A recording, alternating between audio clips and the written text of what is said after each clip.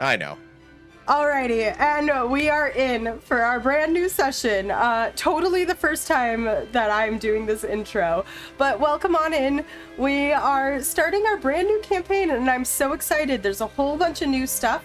If you're with us on Twitch, thanks for coming by. If you are with us on YouTube, thank you for hanging out. And as always, as I was kind of saying earlier, if you miss it or you aren't able to watch the whole thing, you can always go back to my YouTube on Saturday to check that out. So, with that being said, this is a Storm King's Thunder retelling. So it is taking the classic 5e module and retelling it in a way that works for my homebrew world. So, which will be very fun. I'm very, very excited. I'm taking some things I like, some of the things I didn't like, and we're turning it into a very fun collaborative storytelling. So as you can tell, I only have one character with me. This is technically the pre-sessions. So I'm letting you, the audience, in on a little bit of info as to what brings these characters together. So we have 4 characters. We're going to meet 1 this week, 2 next week, and 3 the weeks in the prior. This will be an every Wednesday campaign if you want to come hang out at 8 p.m. Eastern. And then we will be posting it on YouTube on Saturday. That being said, hello, my name is Zari. If you don't know me, I am our lovely DM for this campaign. We're playing around in my homebrew world of Ilumelan. I run a whole bunch of mini campaigns and one-shots in that as well. If you ever want to come play, click my link down in the description to find out some more. And then I am joined by our first players, who is my lovely boyfriend, Kenny, who some of you know as Wolfman. He will also be in chat, so if you see him in chat talking, that's who that is. But he is our first character. And do you want to just tell us your character's name? Yeah, I can absolutely do that for you. My character's name is Comori. Okay. And I don't know if you want me to go into the details or if they want to. Nope, that's it. Okay, that's all they get. That's all they get. Okay. Who's ready, spaghetti? Who's ready to go? I think that it is time to get rolling here. So, Comori. Mm-hmm. You dream. The same dream that always finds you. Visions of the past coming back to haunt you. You know what is to come, and yet you are beholden to it, falling ever deeper into the grasp that is your reality, your past, your future. All you remember are glimpses. A lightly tinted blue hand tugging your bronze-skinned one. The smile of your mother. The deep-bellied laugh of your father. You remember making bracelets with shells and beads and shark teeth and hunting through the sands and tides. Swimming almost as soon as you could walk, pulling oysters off the ocean floor and small fish off your father's fishing trident. Visions of billowing curtains and humid, cozy rooms. Your mother's hand in your hair and your father's murmur above you. A belly full of good food, spices still on your tongue. Seeing a long dining table full of fish and fruit and scampering under as adult conversation with the prettiest girl with long flowing blue hair and pointed ears, already pierced with pearls and golden chains. You hear conversations about the mainland and trade agreements. But you're allowed to go play. To play on safe beaches with your friend.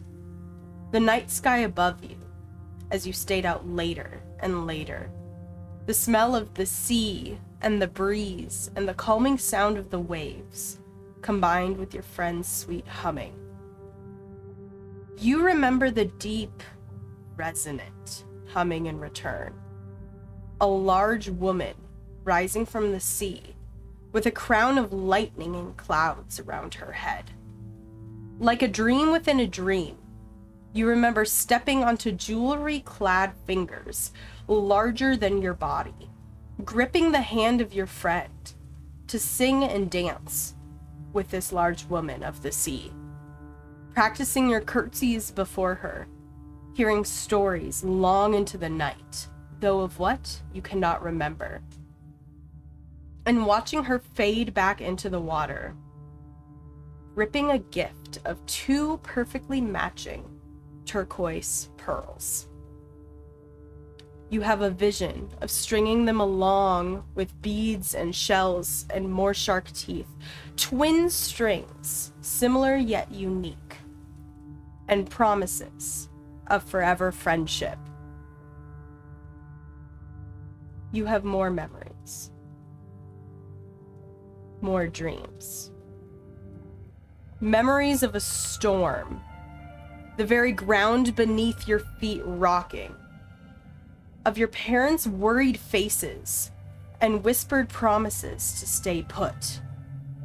Feeling safe in your home until you weren't. Feeling safe in the water until you weren't. But these waters aren't the waters you remember. Tugging, pulling, cold, forceful, dark, suffocating. A crashing, the bursts of light above you, and something pulling you deeper, deeper, ever deeper. A sharp pain in both sides of your neck, and nothing more.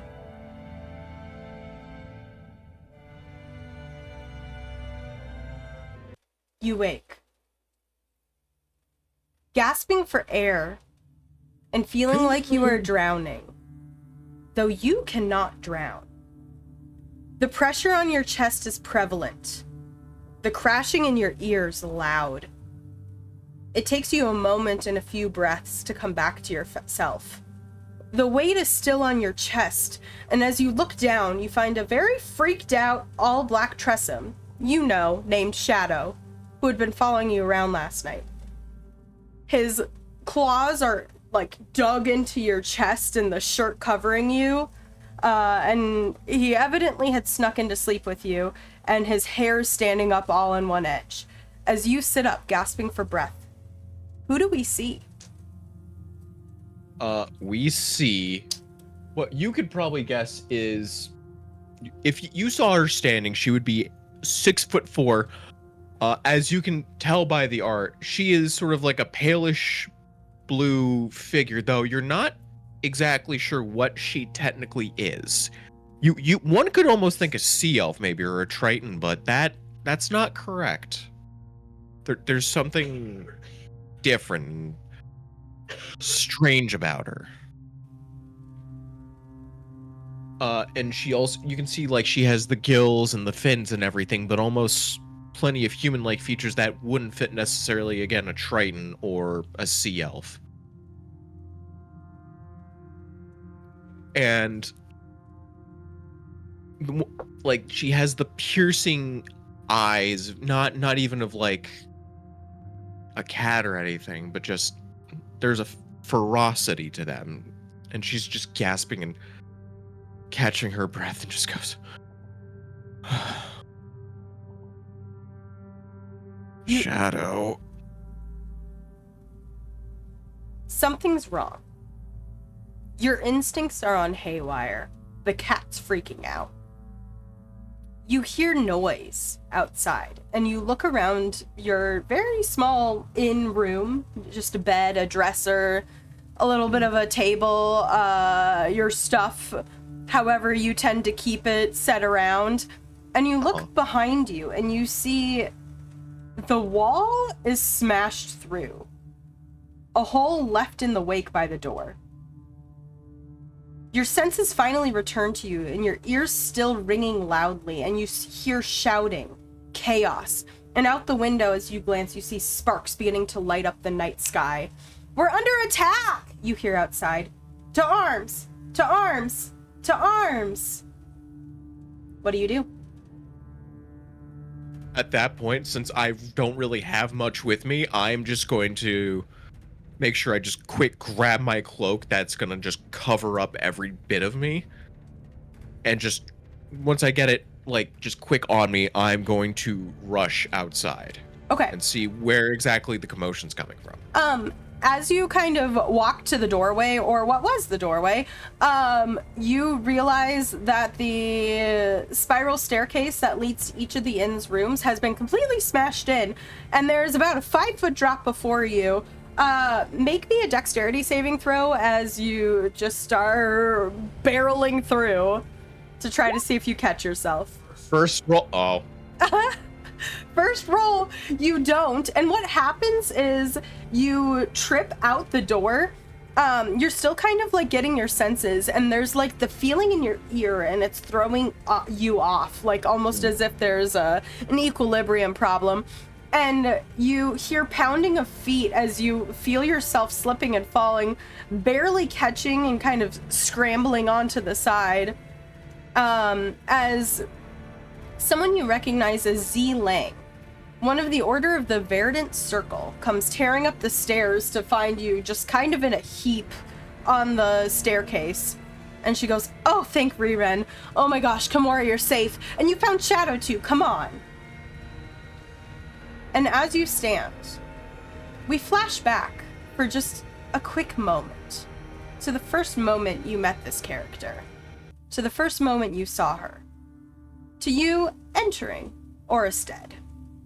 You had come up the trail, the setting sun at your back, past outposts of farms and fields to the very large walled-in city. You come to the magnificent stone gatehouse on the west side of the city, 2 women carved into the wall on either side, one holding a bow and hunting something in a wooden scene, who you know to be Riren, the monstrosity goddess of nature in the hunt, and the other kneeling in a small garden, gathering herbs, Katsua, the growing goddess of healing and herbs. The huge doors before you are opened outward onto the road, large enough for multiple caravans to pass through at once.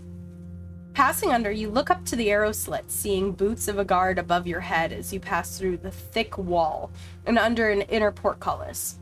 Your ears twitch as you keep your head down to the passerbys, but you can't help but hear an argument halfway up the stairs to the wall. "This is not enough to protect the city. Your guards are lacking and you know it." An angry, passionate voice cuts through. "You're slacking, Strog Thunderblade." The disdain evident in her voice. You turn to see a tan-skinned human woman dressed in the green vestments of the Verdant Circle, the church that owns and runs Orstead, as well as is usually in the forests of Rosewick. There's a quarterstaff strapped to her back, her hair's tied up, and an undercut peeking out with a frustrated expression on her face. The man beside her, a rather fat half-orc and half-plate, his beer belly hanging out the bottom, turns her away from the road and shushes her. I know. I was late this morning, but I'm still the captain," he grins disarmingly. Yet her face doesn't yield. He tries again. "The abbot doesn't have a problem with our security measures, Z. I don't understand why anyone would want to infiltrate a farming community protected by the Verdant Circle mages and the church, and backed by the security of Rosewick, in the center of one of our most peaceful countries." "That's exactly it, you lazy dingus. We need to protect the harvest of both of our ladies, and there's been giants on the loose lately." He laughs boisterously. Z. He shakes his head in amazement. 6 months ago it was baby dragons, and before that it was the RNA. You're always thinking something's going to attack, and it never does. He turns to her again, tapping her shoulder in a friendly manner despite her annoyed expression. "If you want to patrol the walls and help, you're more than welcome to, but I think you should go relax a bit, kick back, have a pint, meet a stranger." He elbows her. You come back too. The same startled, almost annoyed expression on Z's face as she looks up at you from the broken rubble blocked broken stairways. "I know that this would happen. I'm on the fucking inn having a drink, damn it, but at least you're here and I know you can fight. Come help." She reaches down to pull you up as Shadow runs up her shoulder and jumps on her. Do you accept her hand? Begrudgingly. Okay. It's like I feel like I don't want to necessarily, but I know she means well, so it's just like, all right. Also, how do I spell her name? Z-I. Okay. Okay. That's it. Oh. Fair enough. Yep. I don't know what I was expecting. She goes, do you have your stuff for a fight? I got everything I need right here. Okay. Thank the goddess there's no one staying above you. I don't think we would have gotten them down. We have to hurry. I think the tavern's on fire. Sounds about right.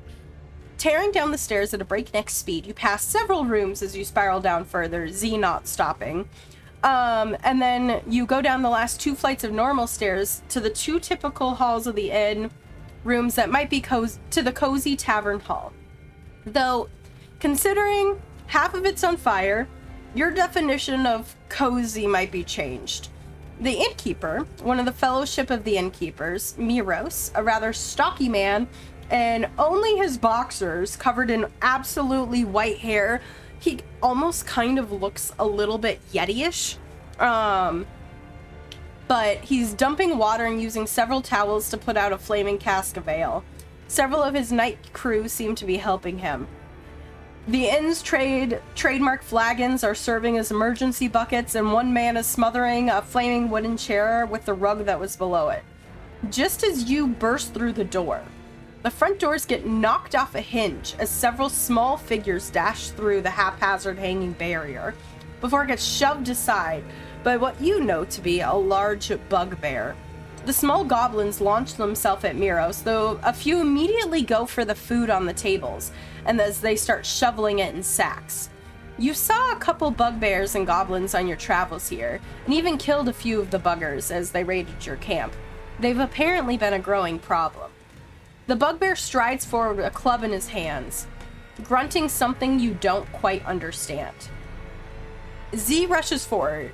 Comori, help me! And she grabs one side of the table.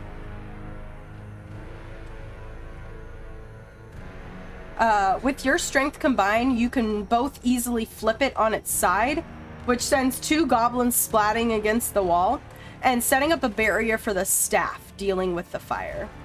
And let's go to our first map of the campaign. I'm so excited. Let's stick to the map. Yup, let's do it. So, I just realized that I did not make like a cute little token for, here's what I'm going to do. I'm going to say that chat can control your token. If you would drop it kind of in the top center, that would be great, of the whole map. Okay. Give me a hot second. Oh, that's why everything was black. I'm like, what's happening? Yeah, hopefully. Oh! Right here? Yep, right next to Z. Nope, over to the, up a little bit further. You're very right close. back here? Give me a second, I can't see. It's covered. Hopefully that gives them a chance to see. It did not. I was hoping it would. I know, I'm working on the chat view, but yes, right there. Good job, Kenny. Why? Let me tell you, this map is fantastic. Thank you. I'm trying to figure out the best way to do this. What did I do previously? Oh, there's clickables too. Yeah. There we go. Here, can you control the one that I just dropped down? That's above, right next to Z? Nope, I cannot. That sucks. Okay. Well, there's just gonna be 2 of you, and I will need to remember to, or here's what we'll do. No, this is fine. We're learning. We're working out the kinks.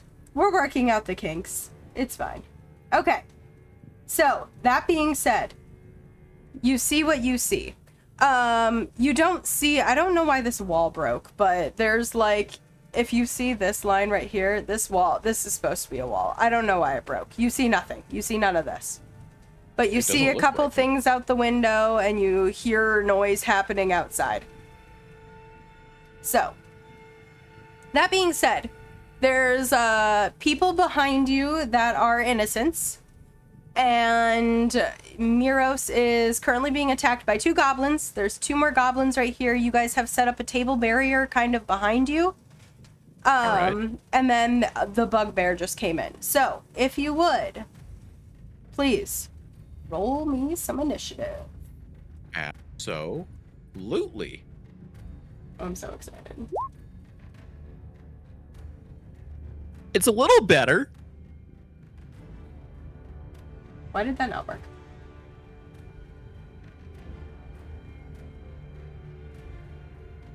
My stuff isn't working. Oh, it's because I'm on the map thing. Okay. We're doing great, guys. Yeah.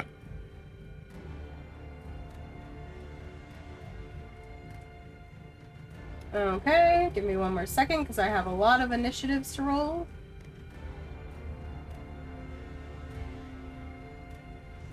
I probably should have just pre-rolled these, but it's fine. Hindsight's 20/20.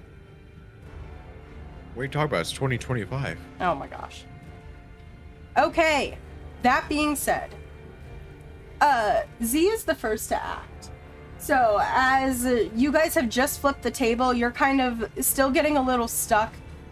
These 2 ones had just swung and hit the wall over here. And she's gonna walk forward to this one next to him and try to smack it with her quarterstaff twice. Both managed to hit. The first one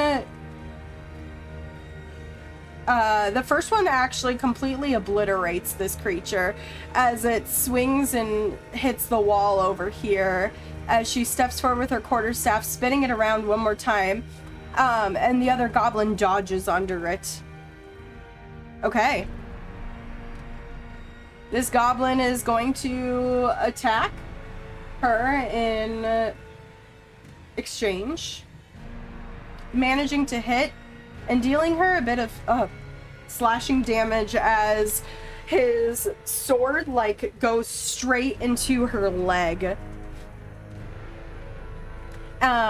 These 2 goblins are frantically stuffing food in their bags as this one comes forward and also manages to attempts to take a hit at Mr. Man over here, who is essentially in his boxers, mind you.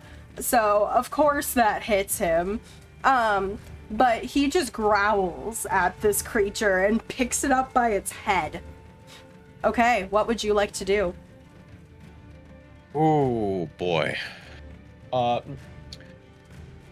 She's going to actually just glare down at the other goblins and go, Z, are you sure it's a good time for it? For what? Who am I? Never mind. I might as well. And she makes sure she's just fully covered, in the cloak and everything. Uh-huh.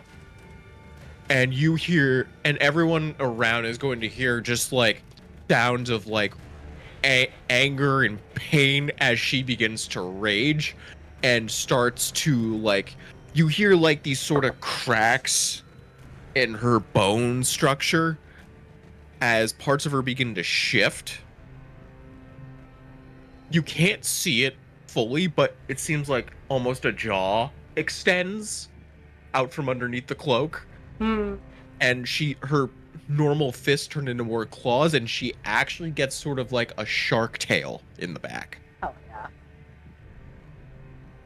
yeah. She's more or less covered up, and she's going to rush over to the 2 goblins over here and is going to take a bite out of both of them. Nice. Okay, so first attack on the 1. Hits for sure. Let's go. That is 4 points of piercing. Okay, it's looking absolutely hurt, and it looks up at you and goes, "Eat?" Very confused as you're holding it in your jaw. You know what? Just for that. Oh, if it's already in my jaw, I'm gonna make a second attack on it. Go for it. Definitely hits. Oh my 11. gosh. And all it hears is eat.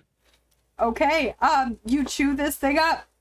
I hope you spit it out, because that's disgusting. Oh, absolutely. Yes. And you toss it to the side.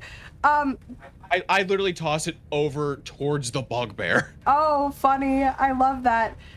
This goblin right here looks up at you and goes, "No, thank you," and is gonna attempt to burst through the window if you'll let it leave without taking an opportunity of attack. No. Okay, go for it. Unfortunately, it just snaps at it. You just like, this thing goes underneath your legs and bursts through the window, and is bolting for it. All right. Well, with that, it is going to be my turn. Okay. The end of your turn, it is the bugbear's turn. The bugbear seems hell-bent. It rushes towards the bigger creature and is going to attack. Oh, interesting. Okay, I was just curious about what that meant. Attempts to hit Miros, and does. Miros is not looking good, but he is fighting ferociously as he catches this thing's like gigantic club. It spikes on it, straining his arm as he's panting and bleeding. It is his turn.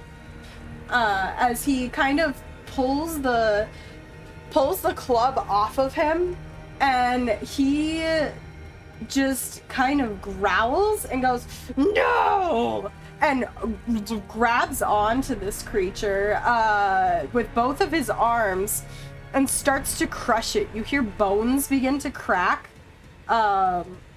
as it is dealing some damage to be in this guy's arms. Okay. Man does not care. He will make do with what he has. Z is going to circle over here. Why does it keep doing that? Every time I try to move somebody, it just starts pinging. And take a couple whacks at these goblins. Bop! And this one looks absolutely awful. After it gets smacked across the head, and it whimpers and begins to retreat, which she is going to immediately take a swing at it again with an opportunity attack. Oh, and crits. This thing falls absolutely limp over here in the goblin puddle corner. Let's go. She does still have a second attack. She will step forward. I can't share a space. Well, she'll just share a space with this little small creature. And smack it again. Just hitting it as she does just enough damage. She is bapping goblins across the head left and right. Okay, and at this, Miros goes, "Go! I got him! Someone out there needs help." And she looks conflicted, but she turns to look at you. And then she looks back at him and he goes, "The drunk bard's outside! I've got him!" And she takes off out the door.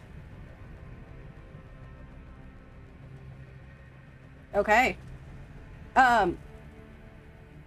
The goblins out in here are dead. It is your turn. What would you like to do? Comori is going to follow her lead. Okay. So in that case, we got, oh yeah, we 40s. Yeah, we got 40 feet. We're good. Yeah. Okay. You Get out over. Oh. You head over here and head out the door, and this is what you see. Rushing outside, you hear chaos and see destruction around you.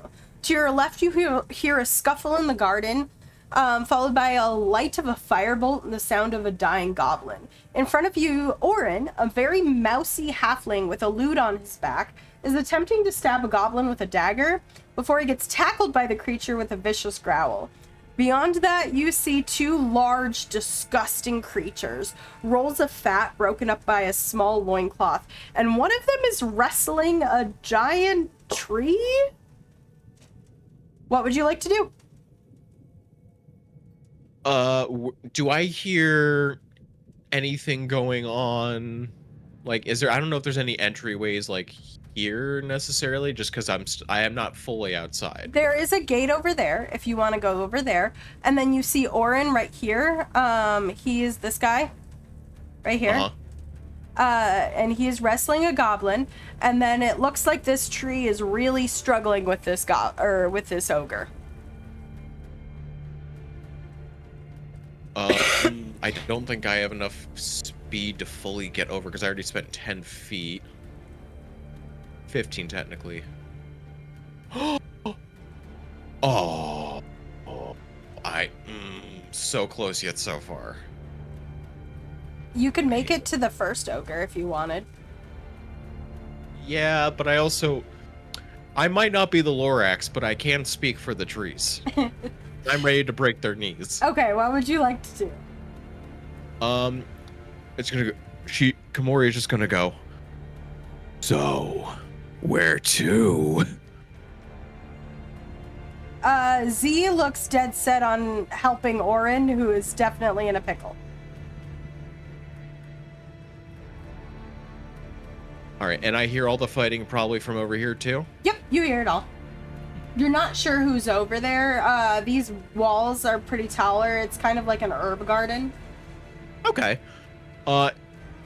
Because it seems like the tree's sort of doing okay right now, Comori is going to come over here and open up the door.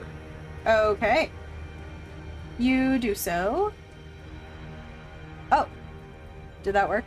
Did that close it? That closed it. I don't know why that closed it. I opened it, you closed it. Yep, pretty much.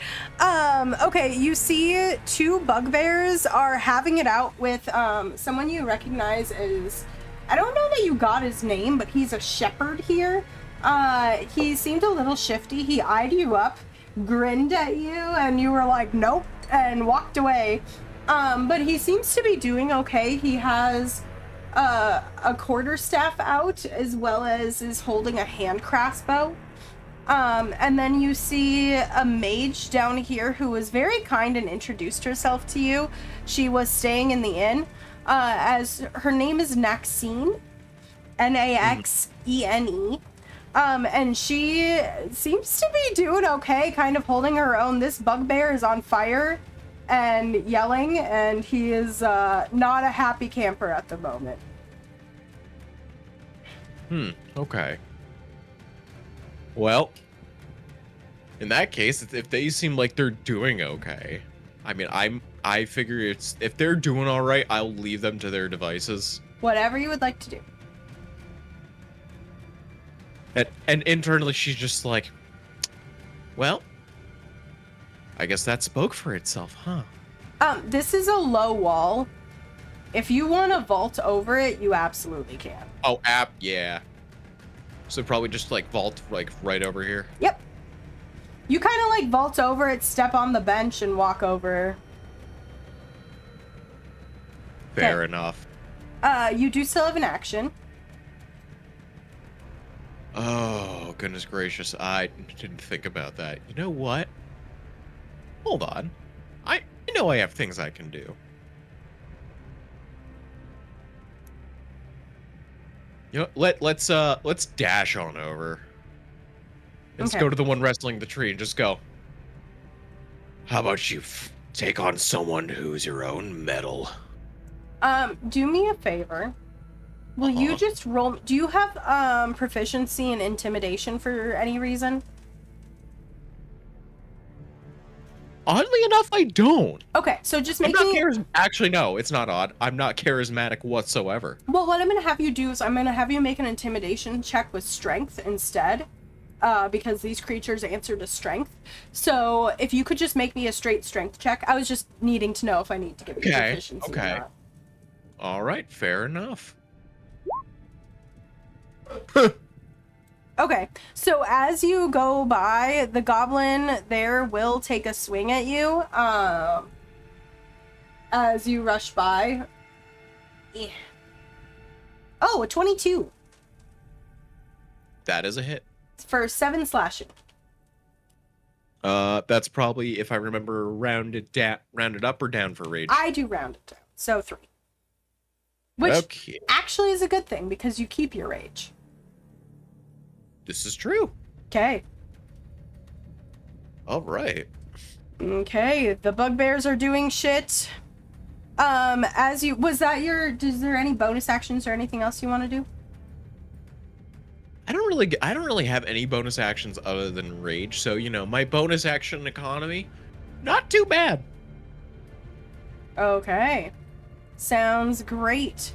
So, oh my gosh. I typed in this guy's AC as 111 instead of 11. That's hilarious. Goodness. 111 AC. You can't touch my baddies. Gotta follow the rules. Okay. So you walk up and you watch as this tree goes, "Thanks, friend." And you watch as he slams down onto this creature.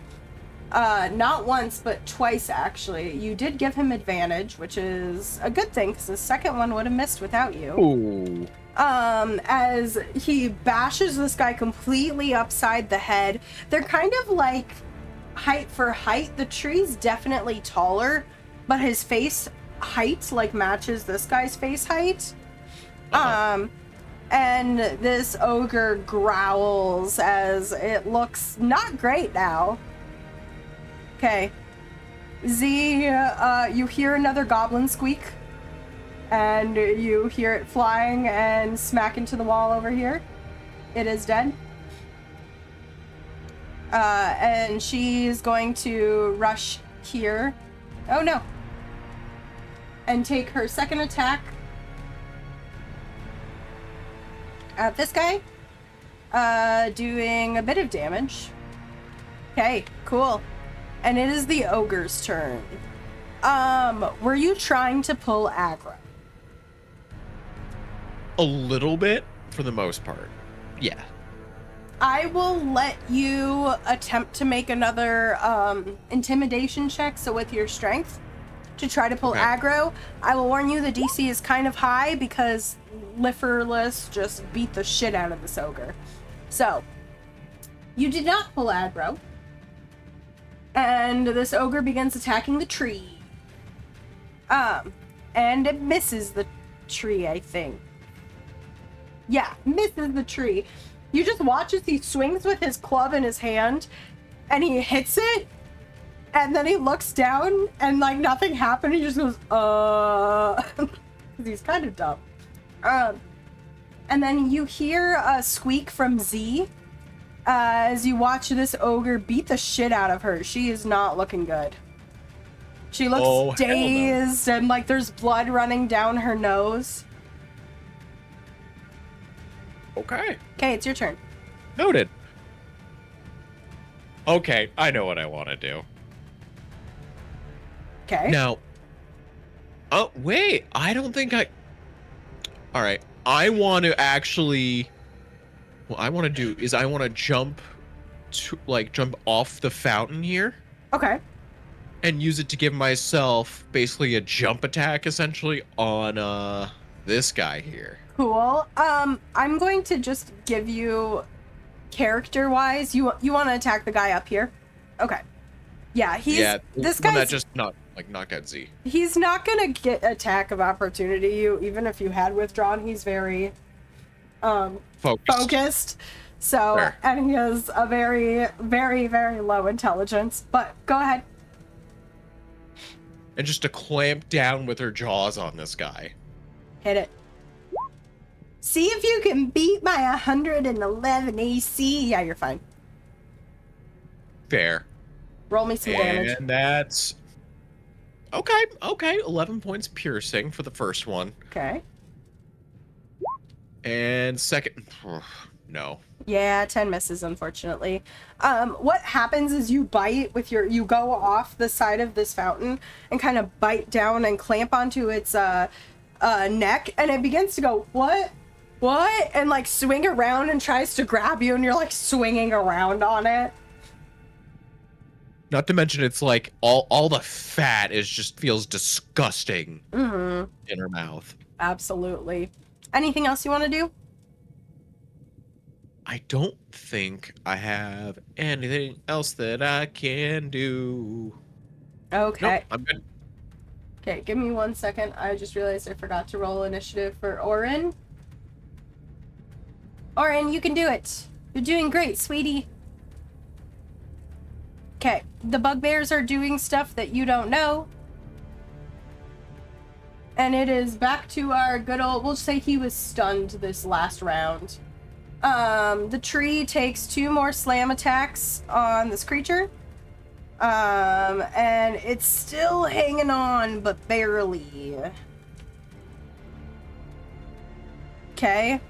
And Orin goes, oh fuck, and runs up to Z and is going to administer, pulls out like this weird salve looking thing on a bandage and slaps it on her like gushing forehead and goes, okay, you got this, girl, and like starts splashing water on her. And then he looks over at the goblin next to him and goes, fuck off. It doesn't seem to do anything, but he tried.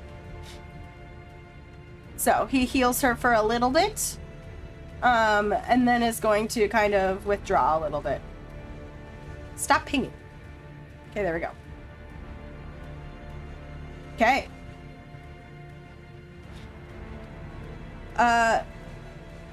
Z is going to, now that she like feels a little bit better, she's been bolstered, she's been encouraged by, not a friend, she barely knows this guy, which he would be very offended by, but is going to swing her staff and kind of, it's like she's smacking blubber and it's very jiggly. She attacks this guy. It's not doing too much, and she kind of looks at you a little desperately. Okay. This goblin is excited, so he's going to come over and try to attack you. Actually, he's going to stay where he was, but he's going to pull out a short bow and shoot it at you. Does a 12 hit you? Nope, that is a miss. Okay. This other one, seeing that the short bow did nothing, goes over here and he yells something in a language you don't understand. And then he disappears in here. Okay. This ogre clinging to his life is going to try to fight the tree. He does hit the tree this time in a last little ditch effort. And you just see bark start to slough off and this kind of green ooze coming out of the tree. This ogre is going to swing at you because you are the biggest threat. God damn it, Sly. I'm not supposed to laugh or interact with chat, but that message was so funny. Okay, we're doing great. Killing her. We're doing great. Killing her. Does an 18 hit you? Yes. Okay, take 14 bludgeoning damage, which is half to 7. Okay. Okay. It is your turn.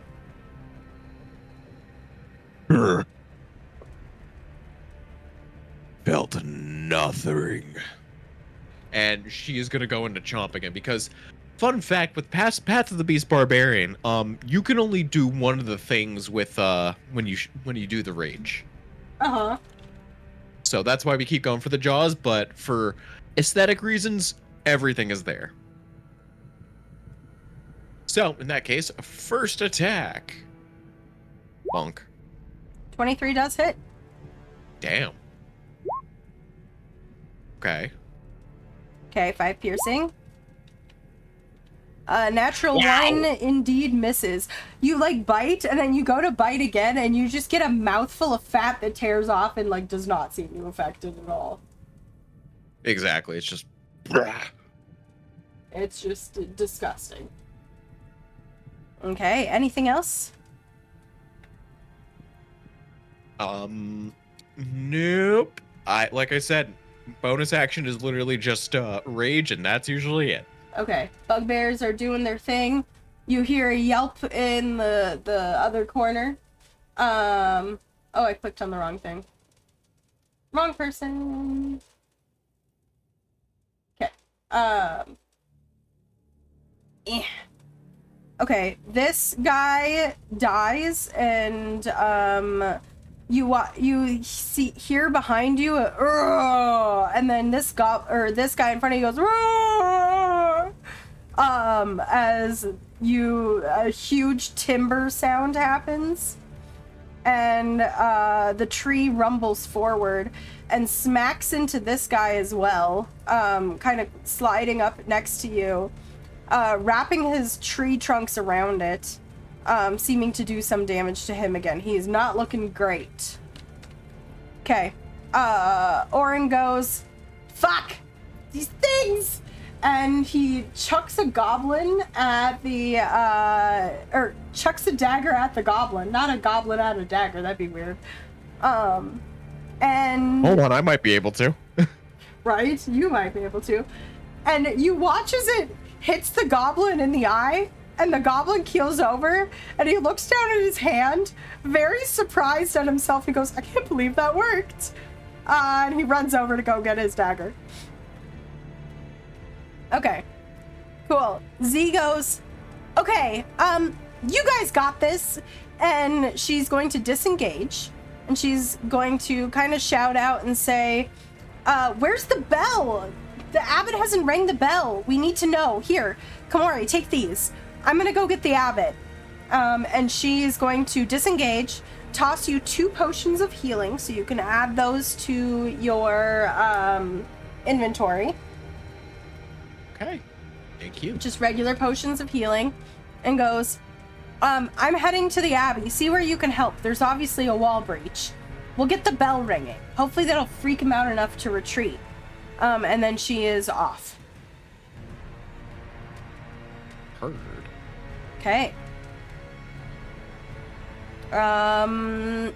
You hear more goblin noises. These goblins run out. They take one look at Orin standing over their goblin friend with a dagger in his eye as he looks like, I can do anything. They take one look at the fallen ogre, and with their packs full, you watch as like leaves and basil and some random frickin' bushes that aren't even edible spill out of their bag as these goblins all bolt it and disappear. Okay. As they should. As they should. This ogre is... yeah, I think he's gonna beat you. You're scarier. He swings his great club at you. And you kind of like are latched onto his neck at this point, and I just imagine you scamper around and he's like smacking himself. He rolled an 8, which definitely misses. Oh yeah. Okay, it is your turn. Yeah, we're just gonna keep doing what we do best. Hacking, whacking, and biting. Gonna give him the big old chomp. What is with all the 23s? I'm not complaining, but like... You just apparently are rolling a lot of 17s, is it? Yeah. Oh, I didn't mean to do that. Okay. Oh no. There's apparently... Alright, and second attack. You keep rolling a 23, and then immediately after rolling a nat 1. I don't know how this keeps happening. I'm having a problem. Okay, there we go. Okay. I kept like going way too far with the lag there. So you bite more into this creature and you tear out like a huge artery. It is bleeding. He is gushing blood. He's not looking good. He is on death's door. I mean, that's all I can do for right now, unfortunately. All right. Well, with that, You hear another yell as a bugbear dies, and Liferless is going to take your kill. As he completely obliterates and like caves the head in of this creature. He just goes, "Watch out," and he smacks this creature. And with that, silence for a moment. You watch as a dead bugbear gets tossed out the door. Miro's hanging on by a thread comes out, still in his boxers, and a couple other people step out here, and they all kind of look to Miros for a second. Miros goes, okay, yeah, that was a little chaotic. Y'all did great. My inn's on fire, so I'm going to handle that. But there definitely sounds like there's chaos happening elsewhere. Where'd Z go? Oren goes, oh, go ahead. I would say Comori would have, before they all came out, would have shifted back sort of and just like as sort of back to normal, quote unquote. Okay. But yeah, you're good because she was otherwise going to say, apparently the abbot hasn't rung the bell yet, so she went to go check in on that. Yeah, I think I was the first one to see them. This has never happened before. How did they get so far? And how did they get past the guards? But okay. There's chaos happening. I heard more. I heard the animals over there are screeching, and Shalvis goes, "The animals!" and begins running. And he goes, "Okay, I guess we know where Shalvis is going." And if the abbot hasn't rung the bell, then maybe there's some stuff happening at the abbey too. So we should split up. Miros goes, "Fire!" and he walks back in. So he's gonna handle the fire here. One moment, did you say that one guy's name was this guy? His name is Shelvis? Shalvis. I thought it was Shelvis Bresley.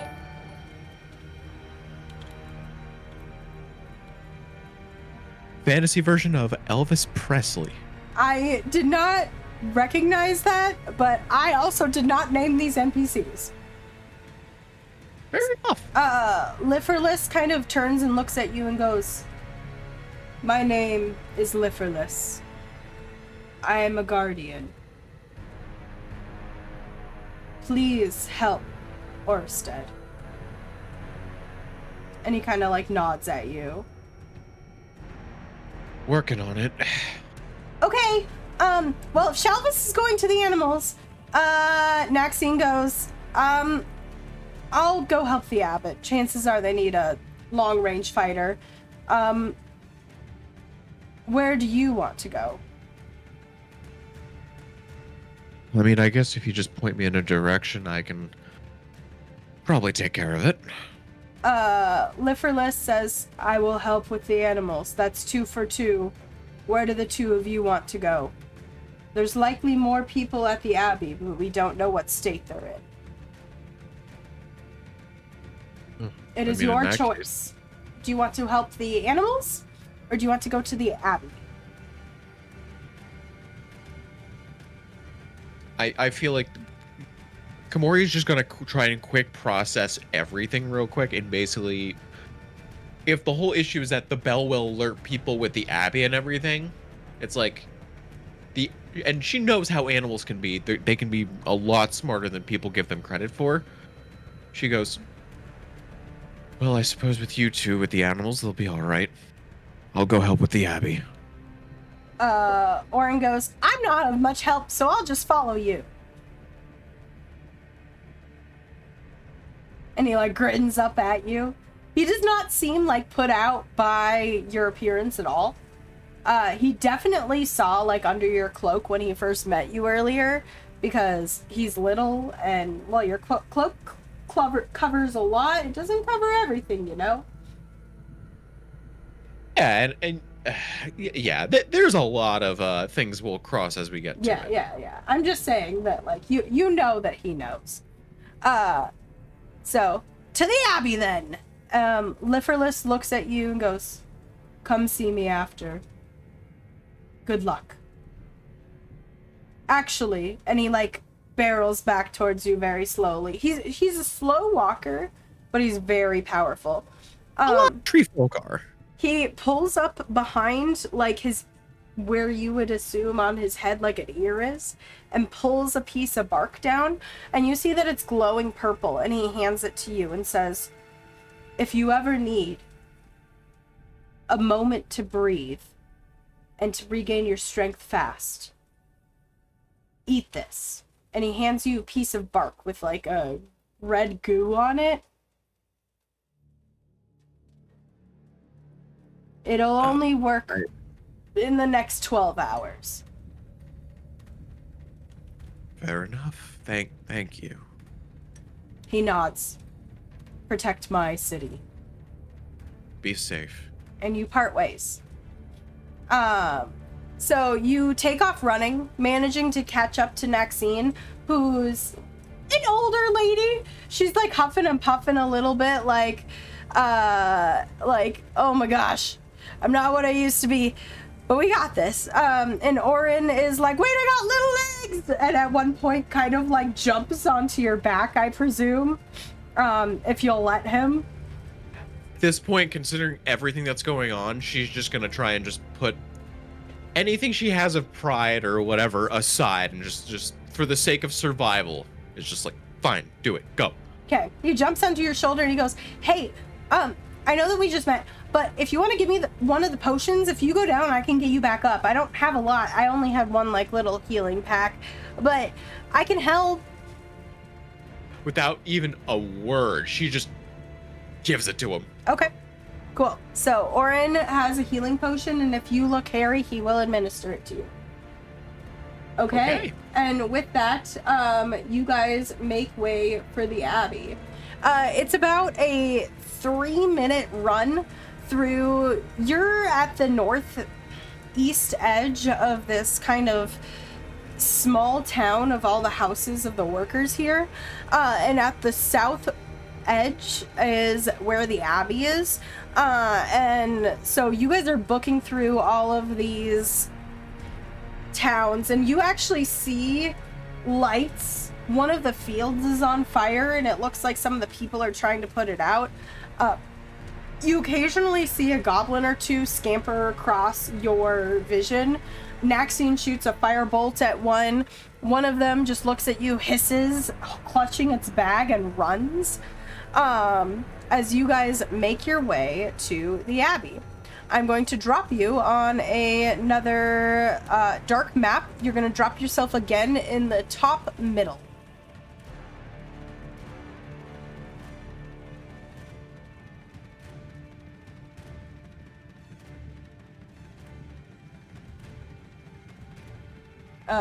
Give me a second. I'm adjusting chats. I can't hear you if you're talking. I thought I heard you talk. Okay, right here. Give me 1 second. Yeah.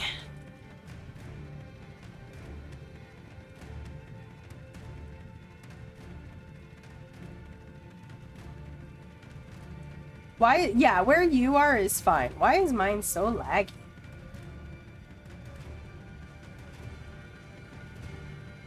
Be like that sometimes.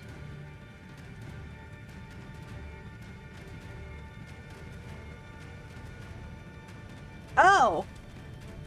Okay, hold on. We just have a problem. What the heck is happening here? There we go. Okay, now chat can see. I don't understand why. I had a way to get it to work, and I don't know why it didn't work. Okay. So, as you head into this area, you see these things. There's a couple of creatures. You see the front of the Abbey. It's kind of built in the same stone that the whole area is built in.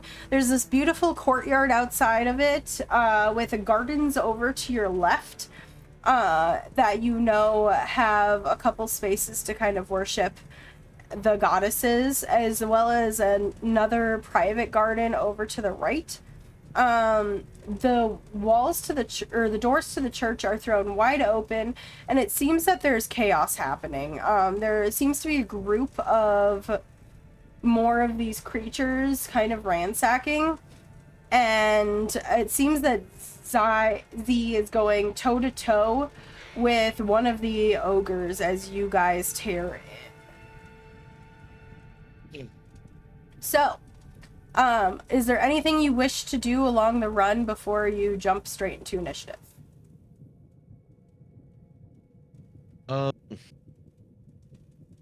Honestly, at this point, she's just making sure she has her everything else and her wits about her. And yeah, otherwise she is prepared to, like, as soon as they get there, just go into a rage.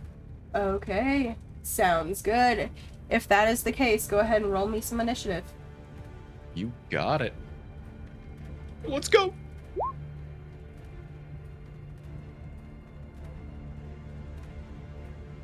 Okay, a little bit better, a little bit better. Okay, give me 1 second.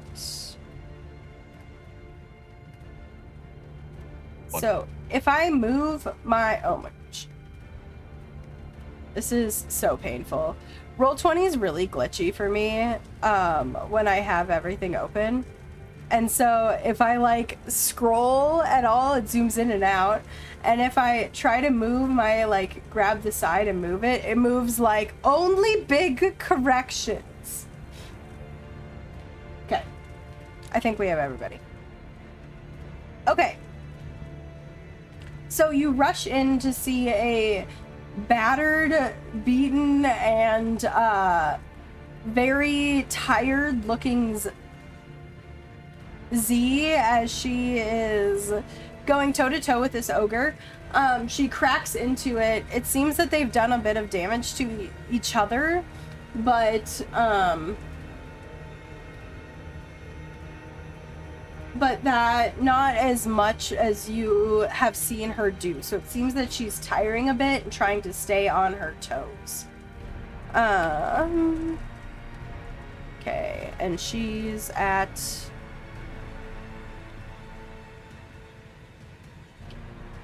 Okay. That is her turn. The ogre is going to swing at her again. Because she's the only enemy. And you watch as she goes unconscious. This thing knocked her socks with the very, very powerful hit. She is hits the ground. And Orin goes, no! Okay. Maxine, seeing this, is going to shoot off bolts at the... there we go. At him. Why is there... I hate this. Oh my gosh, that's a nat 20. Good job, Maxine. Okay, she gets a very good bolt into him. And he smells burning flesh and looks down and then looks up and seems to notice you guys for the first bit. What would you like to do? You know, it's just always such a fun time to just, you know, rage. Rage. Rage. Go for it. All right. And this time... And again, she'll do the full shift and everything, as grotesque as it is. Mm-hmm. And I believe I should have enough movement to get over... Oh, yeah, for sure. Okay. Are you going to try to growl at the two goblins you're passing? Yeah, I don't care about AoEs. Okay. Sorry, AOOs. So yeah, she will just rush over just to get over to Z. Okay, go ahead and make me a strength check to see if you intimidate these goblins into not attacking. Ooh.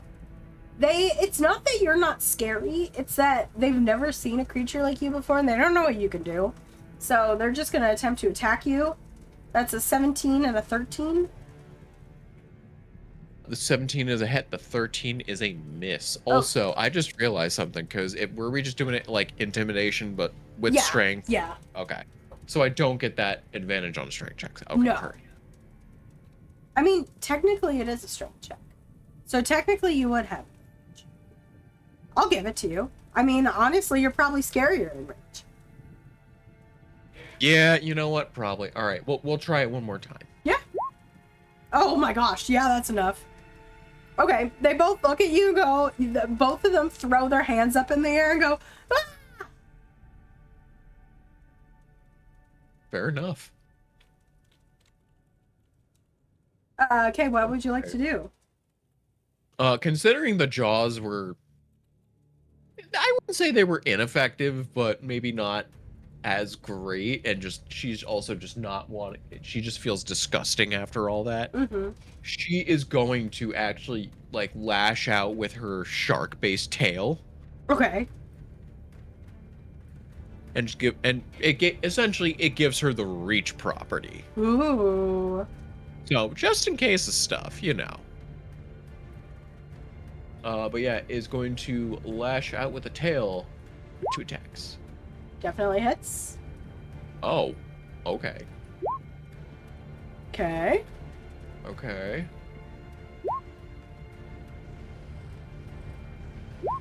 Just bop, bop. So as your tail comes out, lashing into this creature, he is not looking great. It almost like wraps around, breaks his arm off. And then like he looks horrified and looks at you, and you almost see fear in his eyes.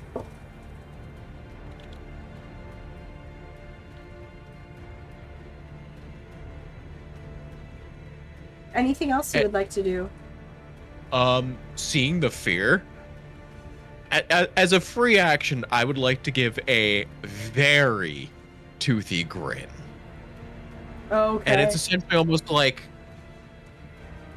the grin itself is almost akin to like kind of like an anglerfish. If which I don't think they grin, but I like the idea of she's basically got the jaws of an anglerfish. That's absolutely fucking terrifying. You do. Yup. Okay. With that, Orin is gonna go, okay, and he chucks his dagger again at this goblin. He's trying to be brave. He just manages to hit, but it like hits him and it sticks in there, and the goblin still seems to be alive, and he goes, oh shit, and he's gonna run and kind of stand up over here, and he goes, Z, don't die, as he's like yelling. Okay, That's his turn. Z's gonna roll a death saving throw. Should I be extra and roll this in the open? Yes, always. Okay, here we go. Death saving throw for Z. That is 1 success. Woo! Okay, the ogre's attention is fully turned on you now, as your tail is wrapped around it, and he swings his club down on you with a 23 to hit. Is a hit.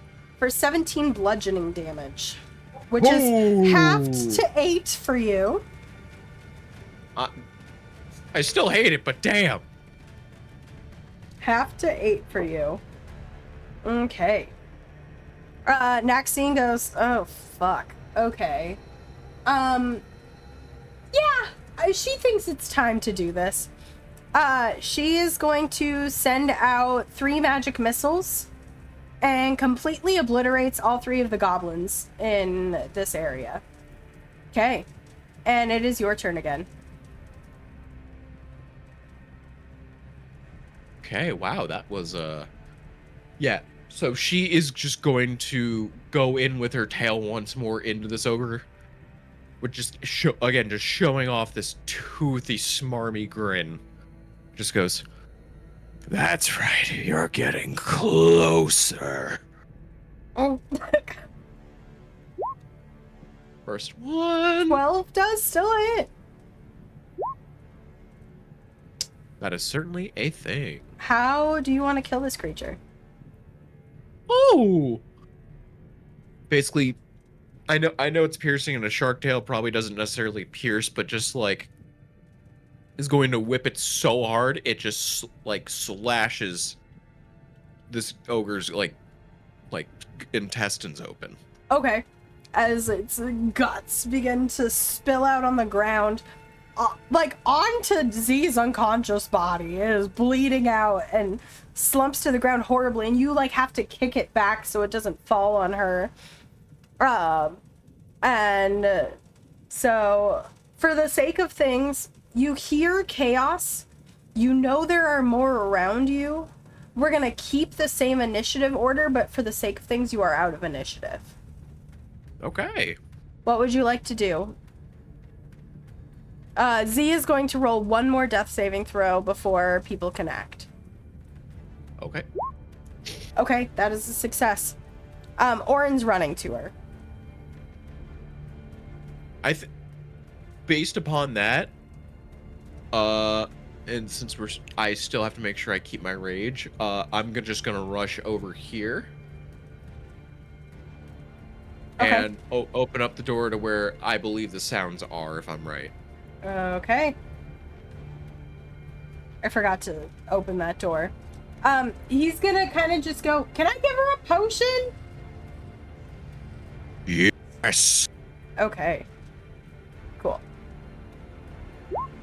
He now no longer has his potion. But Z is up. And she goes, the bell, the bell, the bell. And gets up and is rushing after you. Boy. Okay, but you see two goblins before you. What do? They look surprised. They were not expecting you to rush through the doors. I'm just gonna completely ignore to Z just go, where's the bell? It's upstairs. If you let me get through, I can get to it faster. She's gonna move over here and just to keep the rage up and going, just get the two goblins. Okay. For funsies, go ahead and roll me an attack just to see how many actually die. Z will rush through.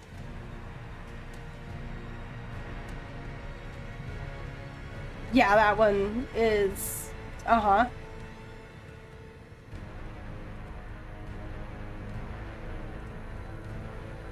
Yup. That hits 20 for sure. Sorry, I thought you understood by uh-huh. No, I thought you were almost doing like a cleave thing. That's why I'm like, what? Yeah, we can maybe discuss having cleave mechanics for your tail later. But, 8 damage. This goblin's dead. You do have a second attack. I will let you have it, but this goblin looks ready to book it. 14 just misses as this goblin just goes, nope, and grabs his bag, grabs the bag of his friend, and jumps out the window. All right, fair enough. Like through the glass, smashing through the glass. Z left the door open and he goes and yells, Comori, there's more in here. I'm just running past. And she takes off. Fair enough. So let's see how far she can get. So this is what's going to happen. In about 3 rounds, Z will make it to the bell. What would you like to do?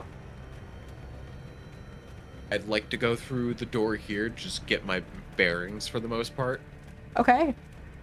You walk on through the door. And you see before you the large chapel. There's plants everywhere, which makes sense for... Oh my gosh, come on. Please. Please. Sorry. This for Roll20 so slow. Maybe I need to, like, put chat on Google Chrome, but I love the extension. Okay.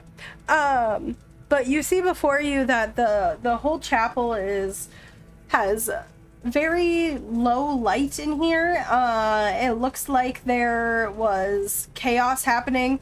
One of the goblins has tipped over one of the potted plants. You see a very, unfortunately, either unconscious or dead, like priest underneath this guy's foot, the bugbear in front of you's foot. It looks like he had just come in and attempted to drive off of the creatures in there and did not go very well. Oh. There's not enough blood for it to be concerning, and it's definitely not the abbot. But he points at you and he goes, "You're next. Give food."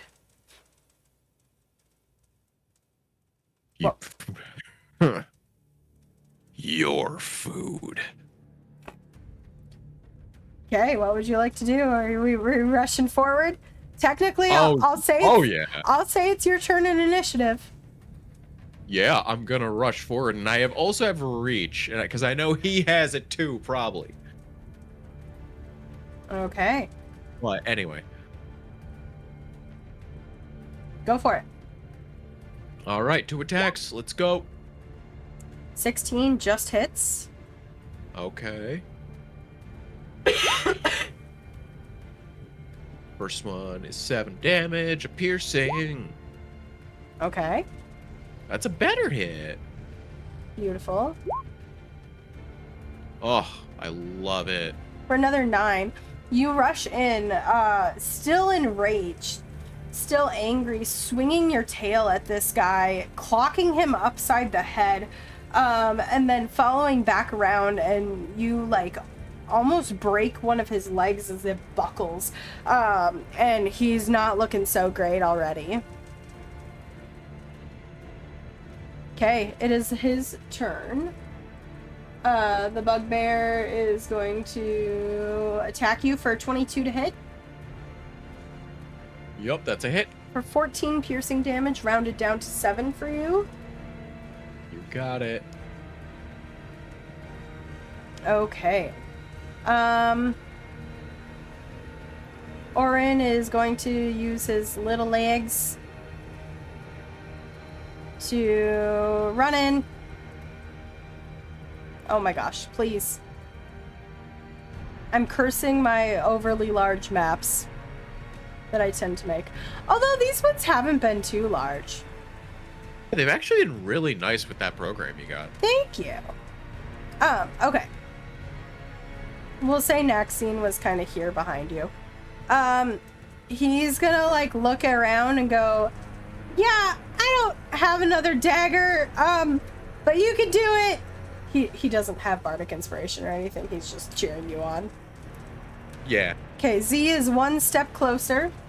And Naxine is going to attempt to do a firebolt at... She's gonna try to keep off the goblins from you. So that's kind of gonna be her play here. And manages to hit a goblin for sure. And it looks singed. It looks scared. And it looks like it's not gonna attack. And it's gonna bolt over here. So, that is her turn. It is your turn. We're just gonna keep going at this bugbear here. Goblin out the window. Okay, go for it.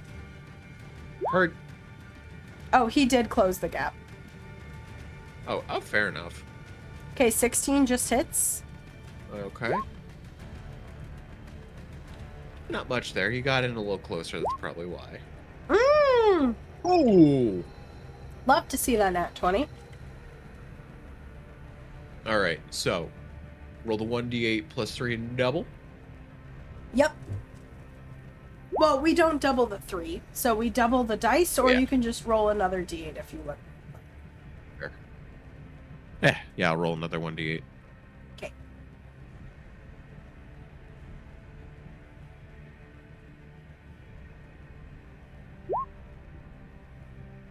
Points. Okay, that is just enough. As how does it look when you kill this creature? I'm literally just gonna. I'm basically gonna whip him so hard he just gets back, like thrown basically back right into here. Perfect. Like into the pure. Yeah, he crushes, and this is a piece of wood. It's very nice wood, but it splinters still under his weight and the force of your throw onto the altar there. You see the maybe dead priest in front of you. This goblin goes, nope, in common, and runs, scampers. He scampers off, but you know that he's not a match for Z if he goes that way. So, for the sake of things, combat is over. You've done great. Orin runs to check on the priest, and he goes, oh, thank the gods. He's not dead. And he begins to, like, wrap his wounds with some of the stuff in his pack. Mm-hmm.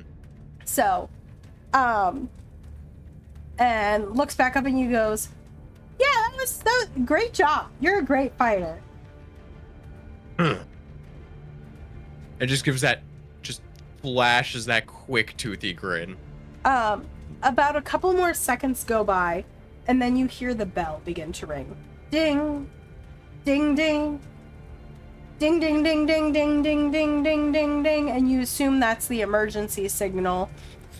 You hear chaos outside in the gardens. Sounds like some of the creatures were ransacking the gardens as they begin to retreat. You guys all eventually make your way back out to the courtyard. Z comes running down the stairs and goes, yeah, the abbot was still sleeping. He didn't even know. Didn't know that anything was happening. So, it's a good thing we came, and good thing you were here to help cover me. So, thank you. Thank you very much. Hopefully things are good elsewhere, and hopefully that keeps them away and lets the guards know.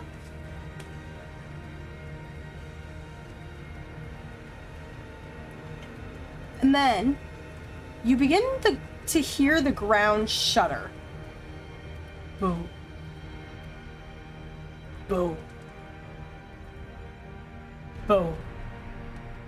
As you hear a cry from a guard further south, a little bit east, yell, "Giants!"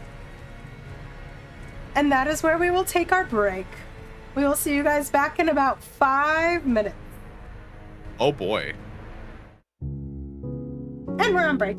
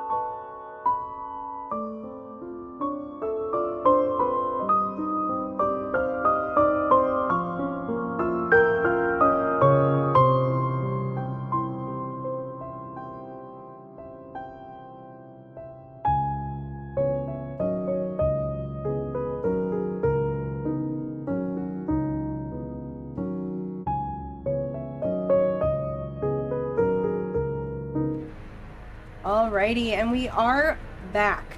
A little bit of a reminder for those who I maybe missed it on YouTube. I apologize for coughing during the session. I'm still like a bit sick, and I've been trying not to, but sometimes I can't get to the mute button fast enough, or, you know. So, apologies for that. But we're still doing it, and I'm excited. So, we are jumping right back in. So, Comori, just a little bit of a recap. You woke up in the inn in Orstead, where you had been traveling to a raid. It seems that some creatures have gotten through, rocks have smashed, and the inn was going down. You fought some bugbears, some ogres, and some goblins, and made some friends along the way. As you tore through, you chose to go to the Abbey to make sure that the bell get rung, and to your success it did. So thank you for that. And just before we left off, you heard rumbling as the call of giants had been yelled. What are you doing? Standing in the what's it called? Courtyard, there we go, of the Abbey. The very looking horrible looking at you. And then you also have Naxine, who doesn't look too bad. She looks like she maybe took a hit previously, but she's looking at you as well. Yeah, she would have gotten out of her rage at this point, and back to normal, and just goes, I'm sorry, did they just say what I think they just said? I knew it, Z says. I've been saying that should be watching for giants for weeks, and that fucker didn't listen to me. And now they're in the walls? Apparently so. Okay, hold on. She pulls a potion out. I'm not sure how that works, though, now that I think about it. And she swigs her potion to kind of get her... You watch as her wounds magically start to heal. And she goes, okay, not the best, but I can still fight. We need to defend. Komori's gonna show off that piece of bark thing. It's just like, look, it's only good for the next 12 hours. If we need it, we have it here. You're a better fighter than I am. You should take it. Oh, okay. Only if you're sure. Yeah. If you would like to take it, it is the equivalent of a short rest. I mean, I'm okay, right? I don't think I have anything that runs off of a short rest either, the more I think about it. We're doing okay. Okay. Yeah. At almost half, but we're okay. It will take a full action. Potions are a bonus action for yourself in my game. But it will take a full action to eat this bark because it's very chewy. So, and it will not, since it's like you have to actively eat it, it's not something that can be like given to somebody else who's unconscious. So just keep that in mind. If you want to use it later, it will take a full action. So I can't baby bird it. So you cannot baby bird it. Good to know. Yeah, like I said, besides, if anything, I got that potion of healing I can just drink real quick. Also, before I drink the potion of healing, I'm gonna take my Heward's Handy Spice pouch. Okay. I'm gonna add some, I'm gonna add some cayenne to this potion of healing. Great. That sounds awesome. And I'm gonna slam that shit down. Hell yeah. Spicy. Okay, cool.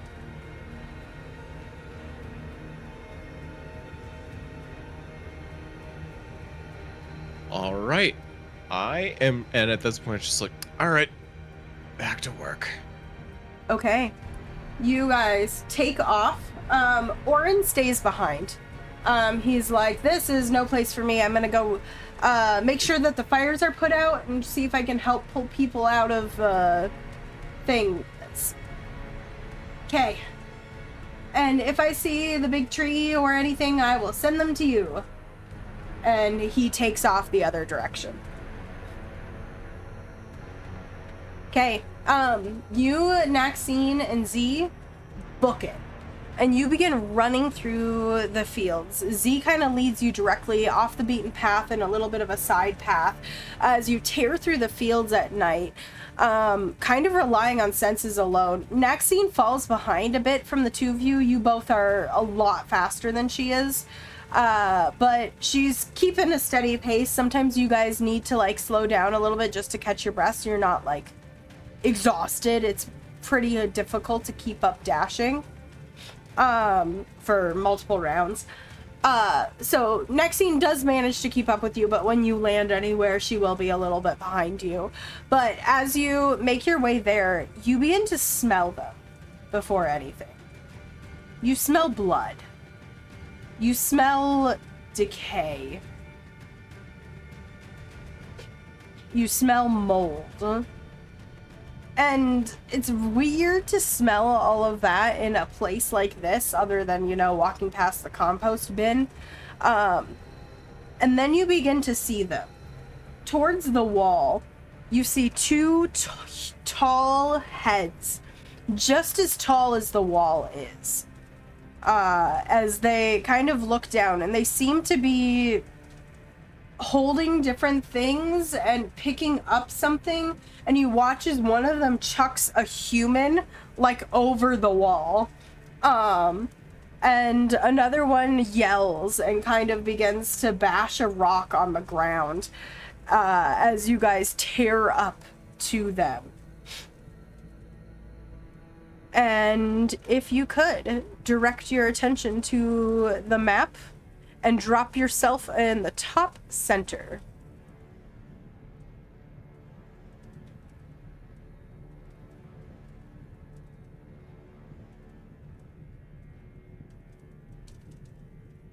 If you're talking, I can't hear you.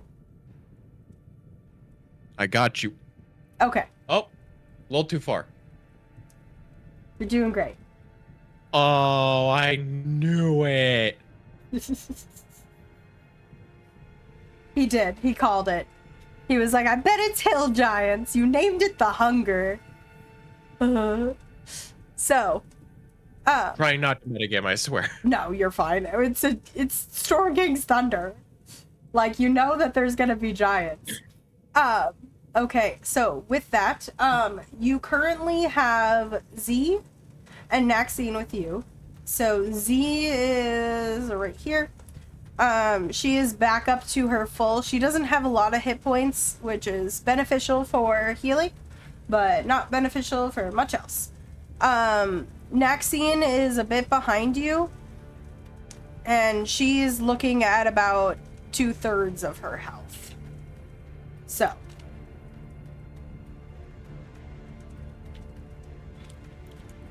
Okay. And before you, what you see is you see two hill giants. They don't have anything in their hands. They don't have clubs or anything.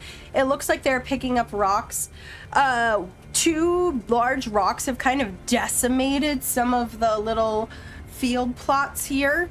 And one of them picks up another soldier, now you notice, and seems to throw him. It looks like the soldiers have retreated back into the wall. You see a door open down there that the giants can't quite get in.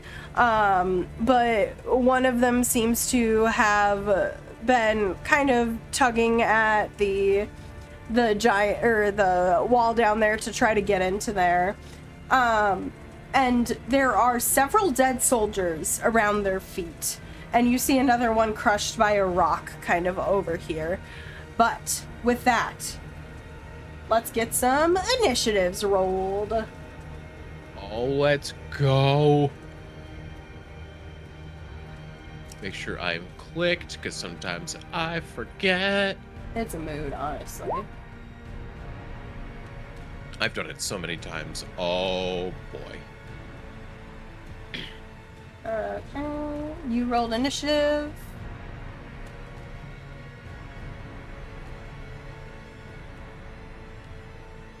For the sake of things, I'm going to roll the giants on separate initiatives. I don't know how... Oh, good job, giant. One giant got a nat 20, which turned out to be a 19. Oh. So, for the sake of things, what I'm going to inform you is that it seems that the guards are struggling. They are picked clean, and the ones that are left are essentially just trying to fend off from being pulled out of the wall. So they're not going to be of much help to you. They may or may not. It just really depends. So it is completely up to you in this sense. So, that being said, you see the giants.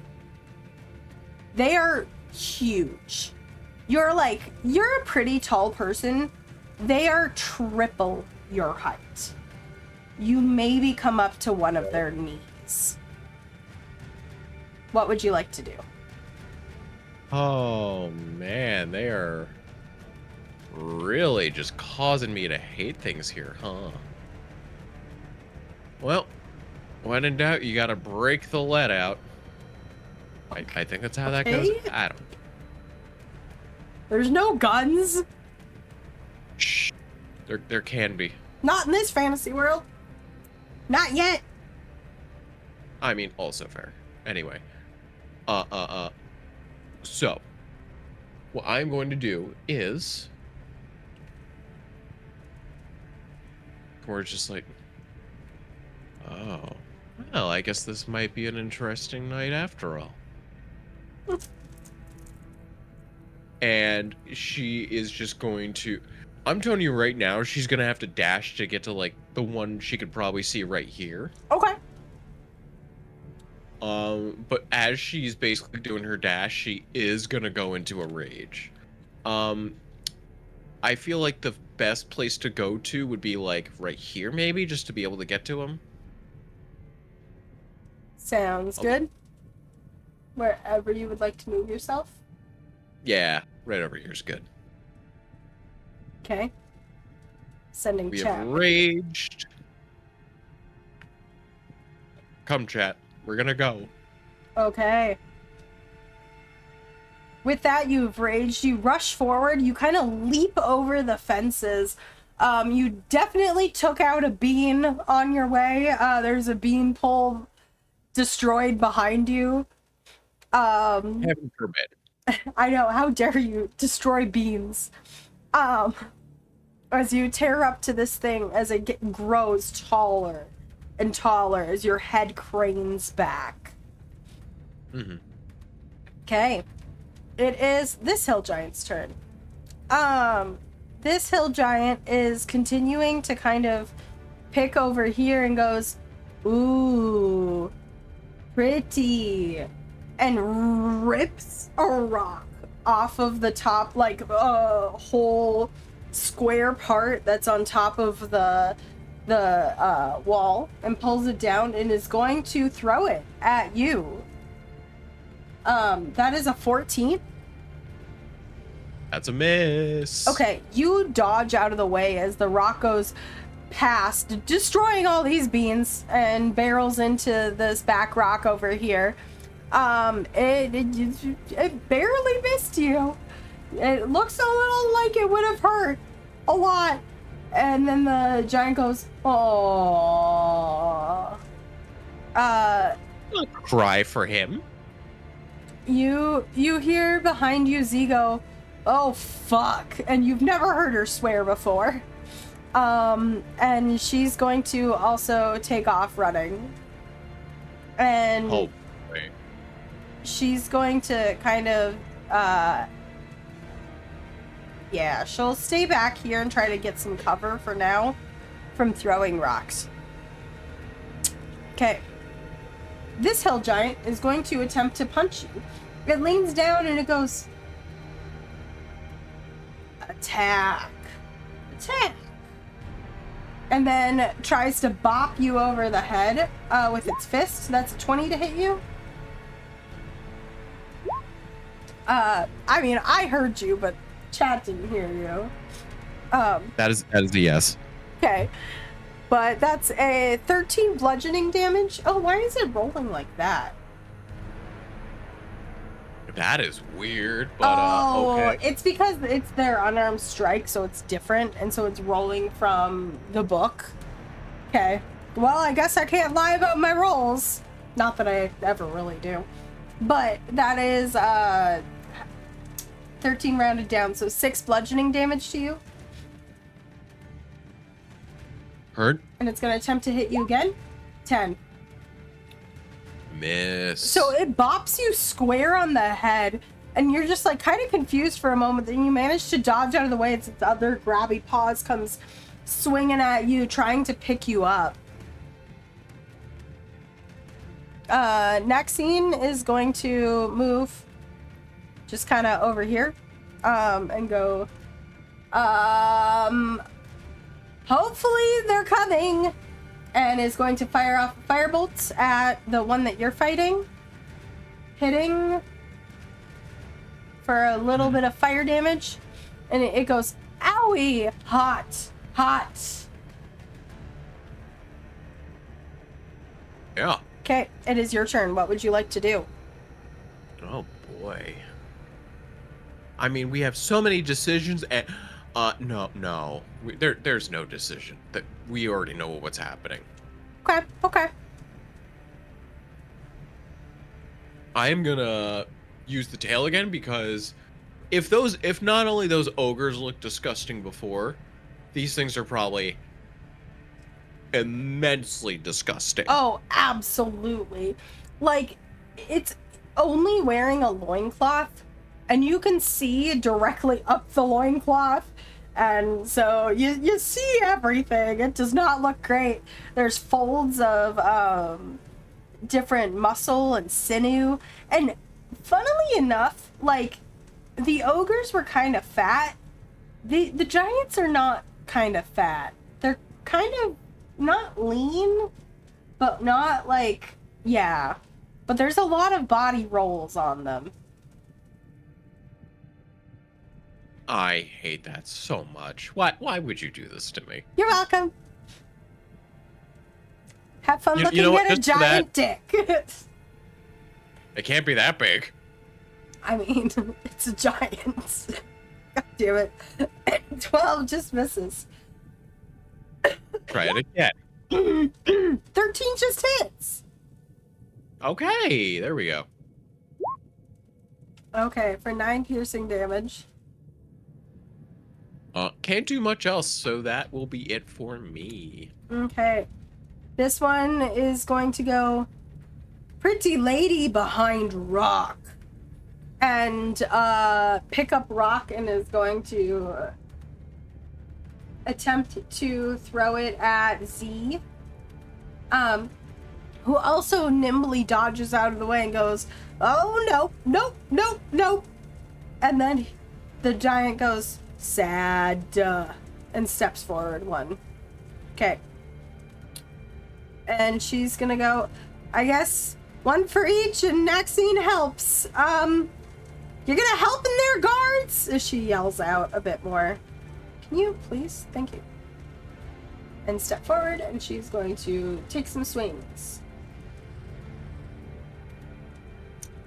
She's a little scared, and all she can reach is kind of like this thing's foot. And so she's smacking the foot with the quarterstaff, and the giant just does not seem fazed by it at all. Okay.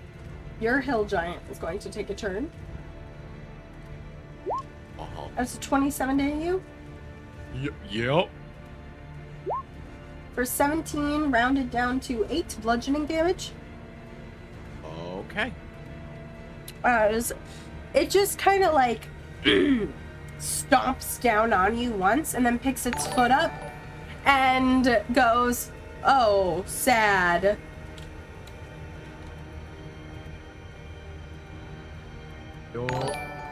Okay. So, as it picks its foot up off of you, kind of hurting you, you're like pushing it off quickly. And As you're doing so, you just feel a bolt of lightning fly absolutely past your face as Naxine smacks the toes of this giant with a firebolt, blowing it back as it begins to stagger, going, owie!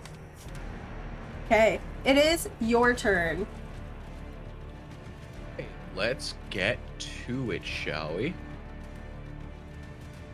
Comori is just gonna try and use its own weight against it, potentially, with how it's going with the going with her tail swipe. So she's gonna just try and go for the, essentially sweep the leg in a way. Okay. Oh, I guess that's a good idea, because that's a 24 to hit, Cotton. Definitely hits. Go ahead and roll me some damage. Yeah. Let's go. Okay, 4 points of piercing.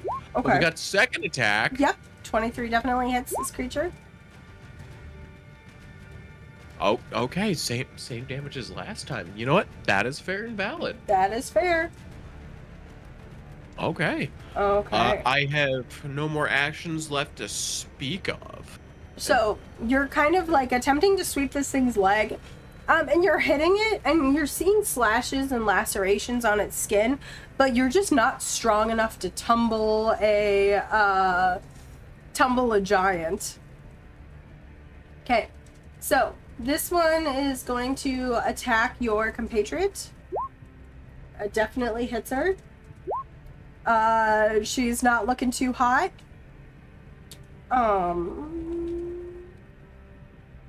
But let's see how the next one goes. Definitely hits her. Oh no, she might go down. Yep, she's unconscious.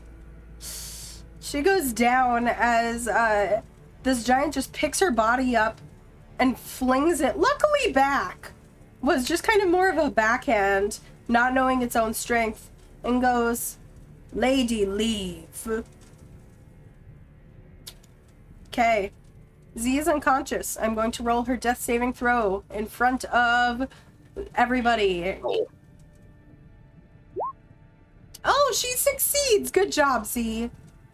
Okay. This hill giant is going to attack you. Try. Okay. That's a 26 to hit you. You tried, and it succeeded. For 6 bludgeoning damage because you are raging. Oh. And then an 11. That's a miss. Okay.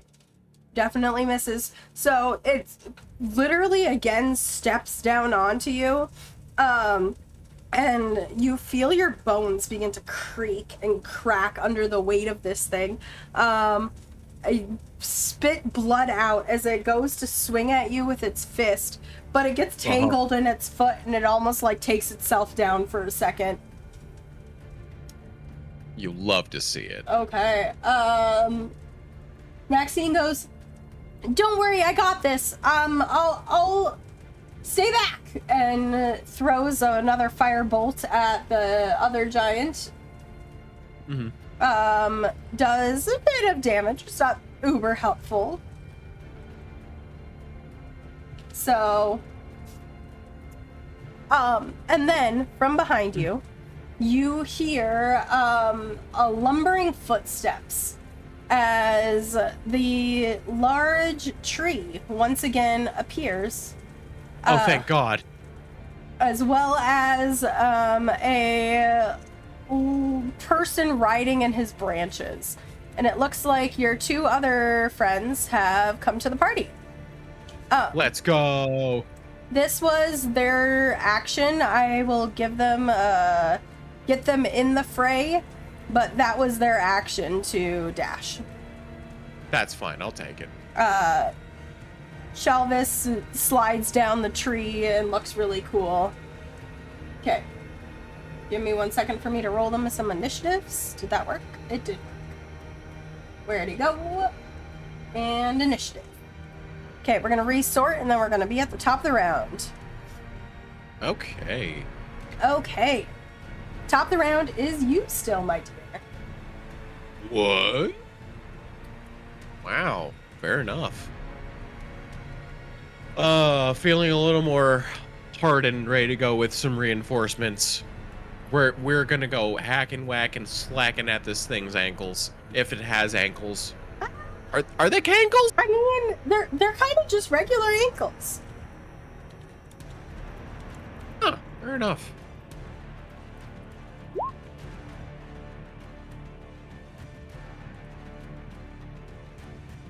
Okay. Well, that's a natural one.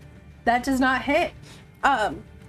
You go slashing at its ankle just as it's kind of like falling, and it just lifts its foot completely up. I hate it. Yep. All right. That's all I got. That's all she wrote. Okay. And then let me just double check. Yeah, 12 just misses. You're kind of more focused on dodging this. A little bit of relief as these two new friends come in.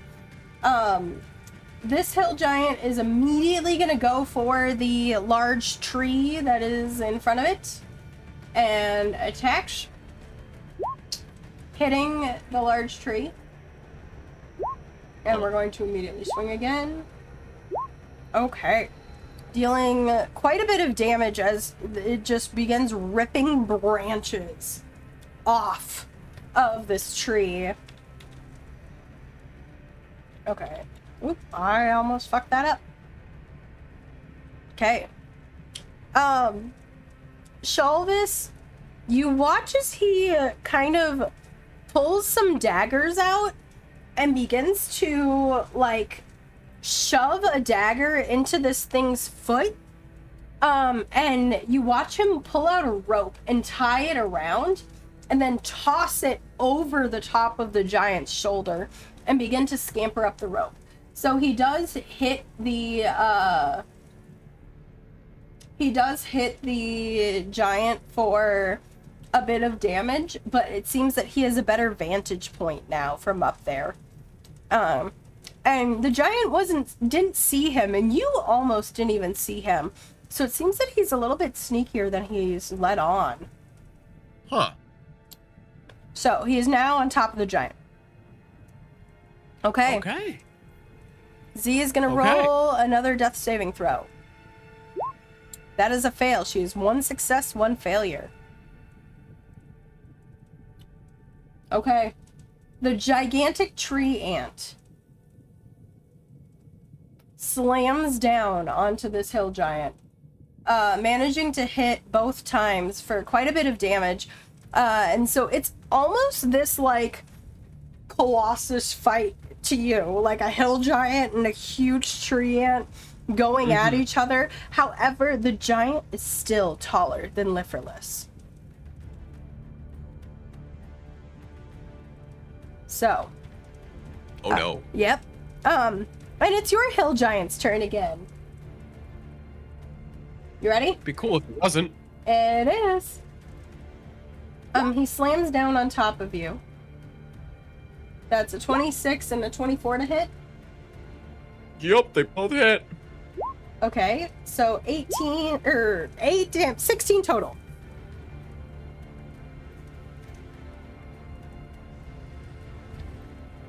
$16 total damage. Yep, because you're raging. I'm still standing, only with 5 HP. Oh my gosh. Maxine, seeing that things are fine, is gonna rush over and stabilize Z. She rolls fine, so Z is now conscious at 1 HP. Fair. Okay. What would you like to do, Comori? Are you fighting like a cornered animal? Are you popping a potion? Well, that's the thing. I used that potion used the one potion before. But I know we did talk about for that bark thing. Yep. It's gonna be It's an action. That's fine. I'll use my action for that. Okay. So you pop the bark in your mouth and you begin to chew frantically. You get the effects of a short rest. So if you would like to use your hit dice, you may. Absolutely. And then Are you I just, don't like, know if you get anything back on a short rest. Hold on.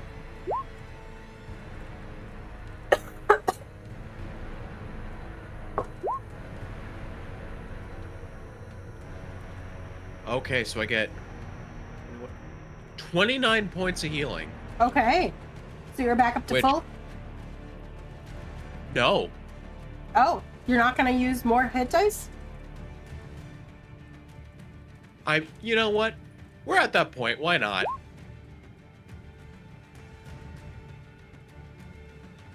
Let's see, 11. One more. 12. Almost full. Okay. Oh, you know what? Sounds We'll take that. great. We'll take that. We'll take that. Absolutely it does. Otherwise, I have no more hit dice left. I need to cross my fingers. Mm-hmm.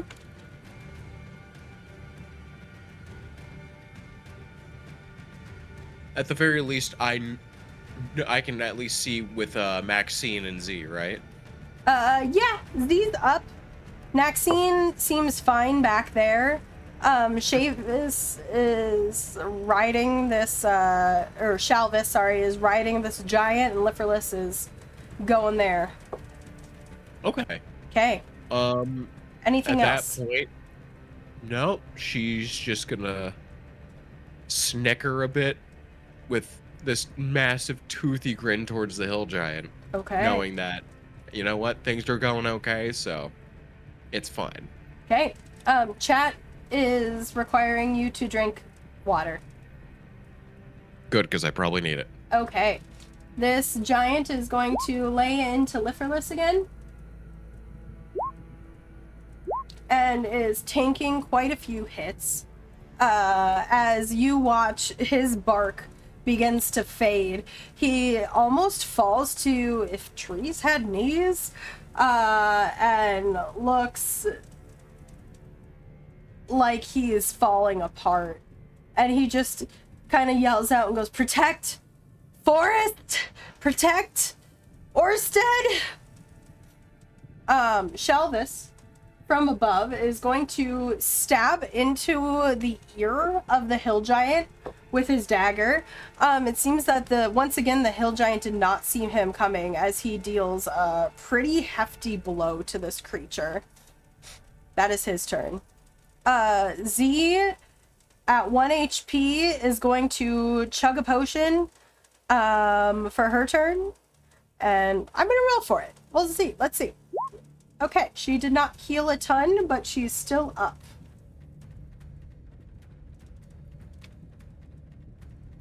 Okay. And then the tree, Liferless, is going to slam into this giant. Woo! Protection! He rolled a nat 20. I know you guys can't see it, but it was pretty cool. You love to see. He rolled a nat 20. Oh my gosh. I think he's gonna kill this guy. That's so cute. Yeah, he kills this giant.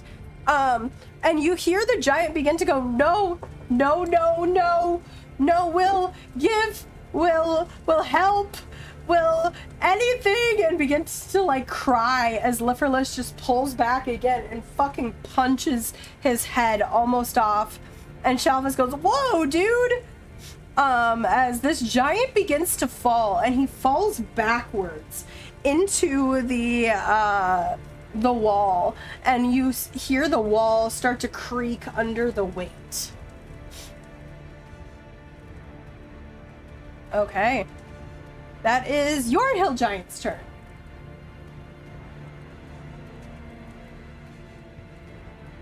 It's 21 to hit you. That's a hit. Okay. You take 11, rounded down as 5. And then a 27 to hit. That's a hit. With a 6 rounded down. Okay. As he is still pummeling you. But he looks back and he goes, "No, friend." Maxine takes a firebolt shot, dealing a bit of fire damage as he turns back around, yelling in pain. Okay, it is your turn. What would you like to do? Given that how distracted he is, seeing his friend go down, like something just like snaps in her head, and she goes, "Creatures like you have no friends." Damn, okay. And just goes to just go. We're going in with the tail again, because that's all we know how to do is eat hot chip and hit with tail. Okay, hot chip and hit with tail. 17 definitely hits. Good. You know, all the damage we can get.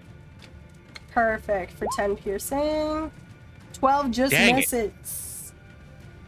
What happens is you kind of like stab it directly in the foot and it jumps, grabbing its big toe, and starts to like cry and hop up and down. Yep. Okay. Anything else you would like to do? Nope. I think I'm okay. Okay. Shelvis, you see him like whip the rope out with a flick of his wrist from the bottom and swing it around almost like a grappling hook.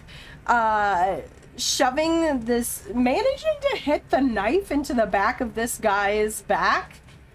He takes just a little bit of damage. It's not like a ton. As he swings over on the rope and is now on this guy's back. That's all he could do. Is Z going to be a hero? Yeah, she is. She thinks she's the hero. That's kind of her, she will protect Orstead till her dying breath. She will rush up here, and even though it's silly, dumb, attack. Ooh, she did, she missed one, but she did quite a bit of damage. A little bit, just a little bit. As she bonks him across the tendon there. And Liferless on his last leg will come over to defend. Okay. Oh, that's not what I meant to hit with. Slam! Okay, and both hit, doing quite a bit of damage, and this thing is starting to not look so great now. Okay. But it is his turn. And he turns around, and the person who's done the most damage at this point is the tree. So he's going to punch the tree straight in the face for hitting him and destroying his friend. Misses. Is going to try again. Hits. As Liferless goes down. It's a creaking of the tree as you watch him begin to waver and fall backwards. The great tree, the great protector of Orstead that you didn't even know was there. Unconscious. Okay. Maxine kind of yells out a huge gasp that's barely something you can understand, but sticks with what she knows. Hitting, oh, that's only a 2. She's very distracted, but this creature is not looking too good. What would you like to do, Comori? This is just getting so rough, and it's just like, time to end this. Because she is just getting frustrated with this thing not going down. Okay. So she is going to try and use all her might. You know what? Just to make sure, I want to go reckless. Ooh, okay. 20 definitely hits. Okay, for 8 piercing. 19 definitely hits. Oh my gosh. How do you want to take down this giant? Let's go! As it is begging you to keep it alive. It starts to cry. It falls to the ground and curls up in fetal position, crying big, ugly tears. What do you do? She is just going to go over while this giant is crying. Go. Save your tears for the next life. And just strike him down. All right. With that, you hear a commotion outside. Z rushes forward and scales the wall. As she begins to kind of climb up this wall, she goes, hold on. Your giants are dead. Leave and don't return. And you watch as two giant heads come closer to the wall, kind of peek over and go, "Guh, won't like this." And they retreat. And with that, you have stopped the assault on Orstead. So it seems.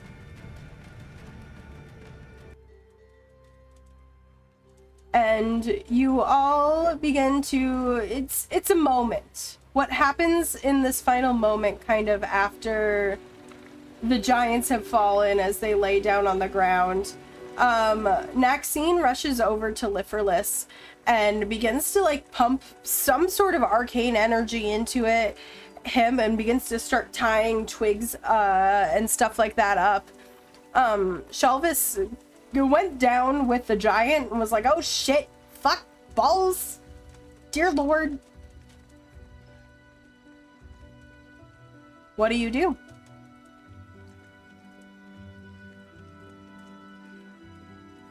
I would say, since like it seems like they retreat and like there's a bit more calm, she's basically gonna just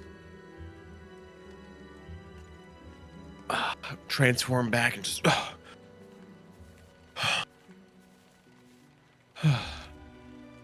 and proceed to rush over to Liferless. And because what you said, it was Z and Liferless just pumping the arcane energy, or is it Maxine? Maxine is. Z's kind of up on the wall, and she looks to be watching them retreat. Okay. Comori's gonna go over to Maxine and just go, "Is there anything I can do to help?" Here, just put your hands here and try to help staunch the flow. Go ahead and make me a medicine check. Or a nature. I'll allow a medicine or a nature. I have a -1 to medicine with a +0 to nature. I'll let you guess which it's gonna be. If you guess nature, you said correct because it didn't matter. Okay. You can't tell what you're doing. So what this means is you don't have the knowledge. You can't tell what you're doing, but you're following her direction. And she kind of goes, "It's gonna be a little hairy, but I think that he'll get through. It just might be days before he wakes back up. We're gonna need to get him back to the Grove." I mean, that makes sense. That's fair. I don't know what I'm doing. Okay. Here's what we're gonna do. And she kind of like looks a little frantic. She goes, "I think that he's stable. I think I stabilized him. Shelvis, will you go back and just let some of the villagers know that we need a cart over here?" And he kind of slinks up his rope. He like flips it around, rolls it over his arm, and goes, Yeah, little lady, I got it. I'll get the cart back here and we'll get the old man to the Grove. Hopefully the giants don't attack again." And she goes, "Yeah, hopefully." And what happens next is a blur. You watch as you help hold bits of Liferless together. You watch as the townspeople, people who look fragile and frail, like rushing past you, you all lift him onto this cart. You see so much care for this tree ant. You see a couple of the Verdant come through and begin to pump like green energy into him, and he begins to look less green, which doesn't make sense in your brain, but it's okay. And in all the bustle, you kind of look down and realize that your cloak is not around you anymore, that it's tied up in Liferless's branches, and you kind of see another cloak from one of the townspeople left behind as you pull it around yourself, although none of them bulked at you. And you watch as Liferless gets wheeled back to kind of a grove surrounded by animal pens. There's quite a few slaughtered animals, but there's still some that are alive and kicking. It's a blur. And soon you find yourself sitting back in a half-charred tavern. You see Miros half asleep behind the bar on a stool, looking tired, but he's kind of committed to handing out ales or something stronger on the house to those who need it. He set you up with something that was supposed to apparently put some hair on your chest, which you didn't quite understand because, you know. And Naxine sits down next to you, holding a glass of a very dark red wine. This attack, it was just the beginning. There have been some rumblings in other settlements, not just hill giants, but stone, frost, fire, cloud. I don't think now is the time for half measures. I've read books and know of a natural aggression between dragons and giants. Will you seek him out? Seek out? I'm getting ahead of myself. You should contact some of the good dragons and fight the giants. I saw you out there. I know you can do it. And she pulls her sleeve aside, and you see on, like, she has like a long sleeve shirt underneath her robes, kind of like Under Armour, and you see an insignia on it, and it looks like a full circle with one slightly thicker side. And here, actually, I will show it to you, and here we can let chat see. Give me 1 second. Here, chat, you can see. This is what the symbol looks like.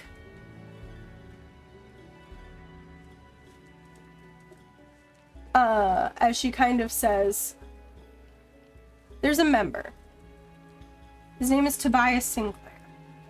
He cultivated the dragon population here on Ilumelan. He can give you information and get you connected. You have so much potential, and you seem lost, girl.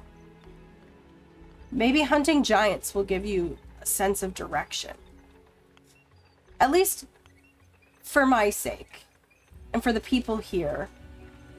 Go let him know about the attack today. It's only a little bit out of your way, and if you want to come back, you can come back.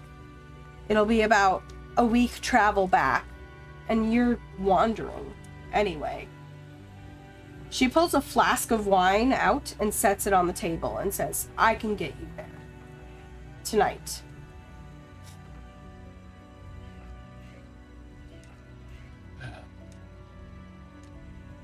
Well, what are we waiting for? She grins and she pours you a glass of this wine, and you watch as it swirls out and it starts gold. And as it hits the glass, and it almost like pools around in this cool momentum, forming a full circle, and then it settles and spins into the glass, turning a galaxy of colors, blues and purples with little speckles, and then it settles, looking almost like a red wine. And she pushes it to you.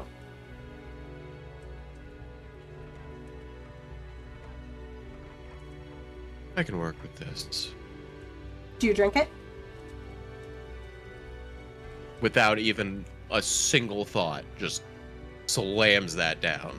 You slam it down, and as you pull back, your vision fades in, almost like a circle closing. The last thing you see is her smiling and waving, her little insignia on her wrist, as you feel your body begin to disappear and dissipate.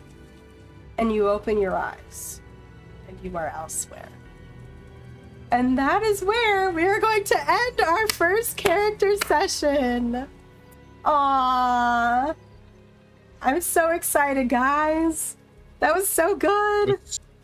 Yeah, I was gonna say this was fantastic. Everybody, especially after all the work you put in. Oh, thank you. I appreciate it. Everybody give a round of snaps to our new first character. So what's going to happen is we are going to meet our next cast of characters in the next session. We have a duo coming up. That is going to be a really cool duo of 2 characters. And then our third pre-session is going to be a third character coming in. So if you're with us on Twitch, stick around. We're going to chat for a couple minutes after. You might get a little bit of insider information if you want it. But if you're with us on YouTube, thank you so much for watching. Let me know down in the comment section what your favorite part was, what you enjoyed, what you didn't enjoy. I'm always looking for good feedback. And leave a like, comment, and subscribe. If you want to play, I will also just shamelessly plug, my website is doing a discount right now. We have a special going on to one-shots. So if you want to come play in this world and be DM'd by me, that's a really great option. So we have my Sham Serendipitous Snarl one-shot for $10 for a seat on July 12th in the afternoon, which is a Saturday. So if you want to play that, go check that out and send an inquiry. That one is kind of like a labyrinth trickster god inspired one. It's really fun. And then if you can't make that one or you want to check out a different one, we have one in the evening on Monday, July 28th. That one's to hunt a monster. Also a $10 buy-in for a slot at the table. That one's kind of your more classic monster hunter, kind of your classic one-shot, which is great. So I hope you guys enjoyed. I just wanted to let you know about that sale. Otherwise, we do still have my mini campaigns on there as well. If you want more information about this campaign, that's going to be on there, as well as if you want more information on the world, my giant world document, which is an ever-changing world document, is on there too. So, oh, you guys are so sweet. Chat's like, they're super fun. Anyway, thank you guys for listening, and we will catch you all in the next one. Goodbye.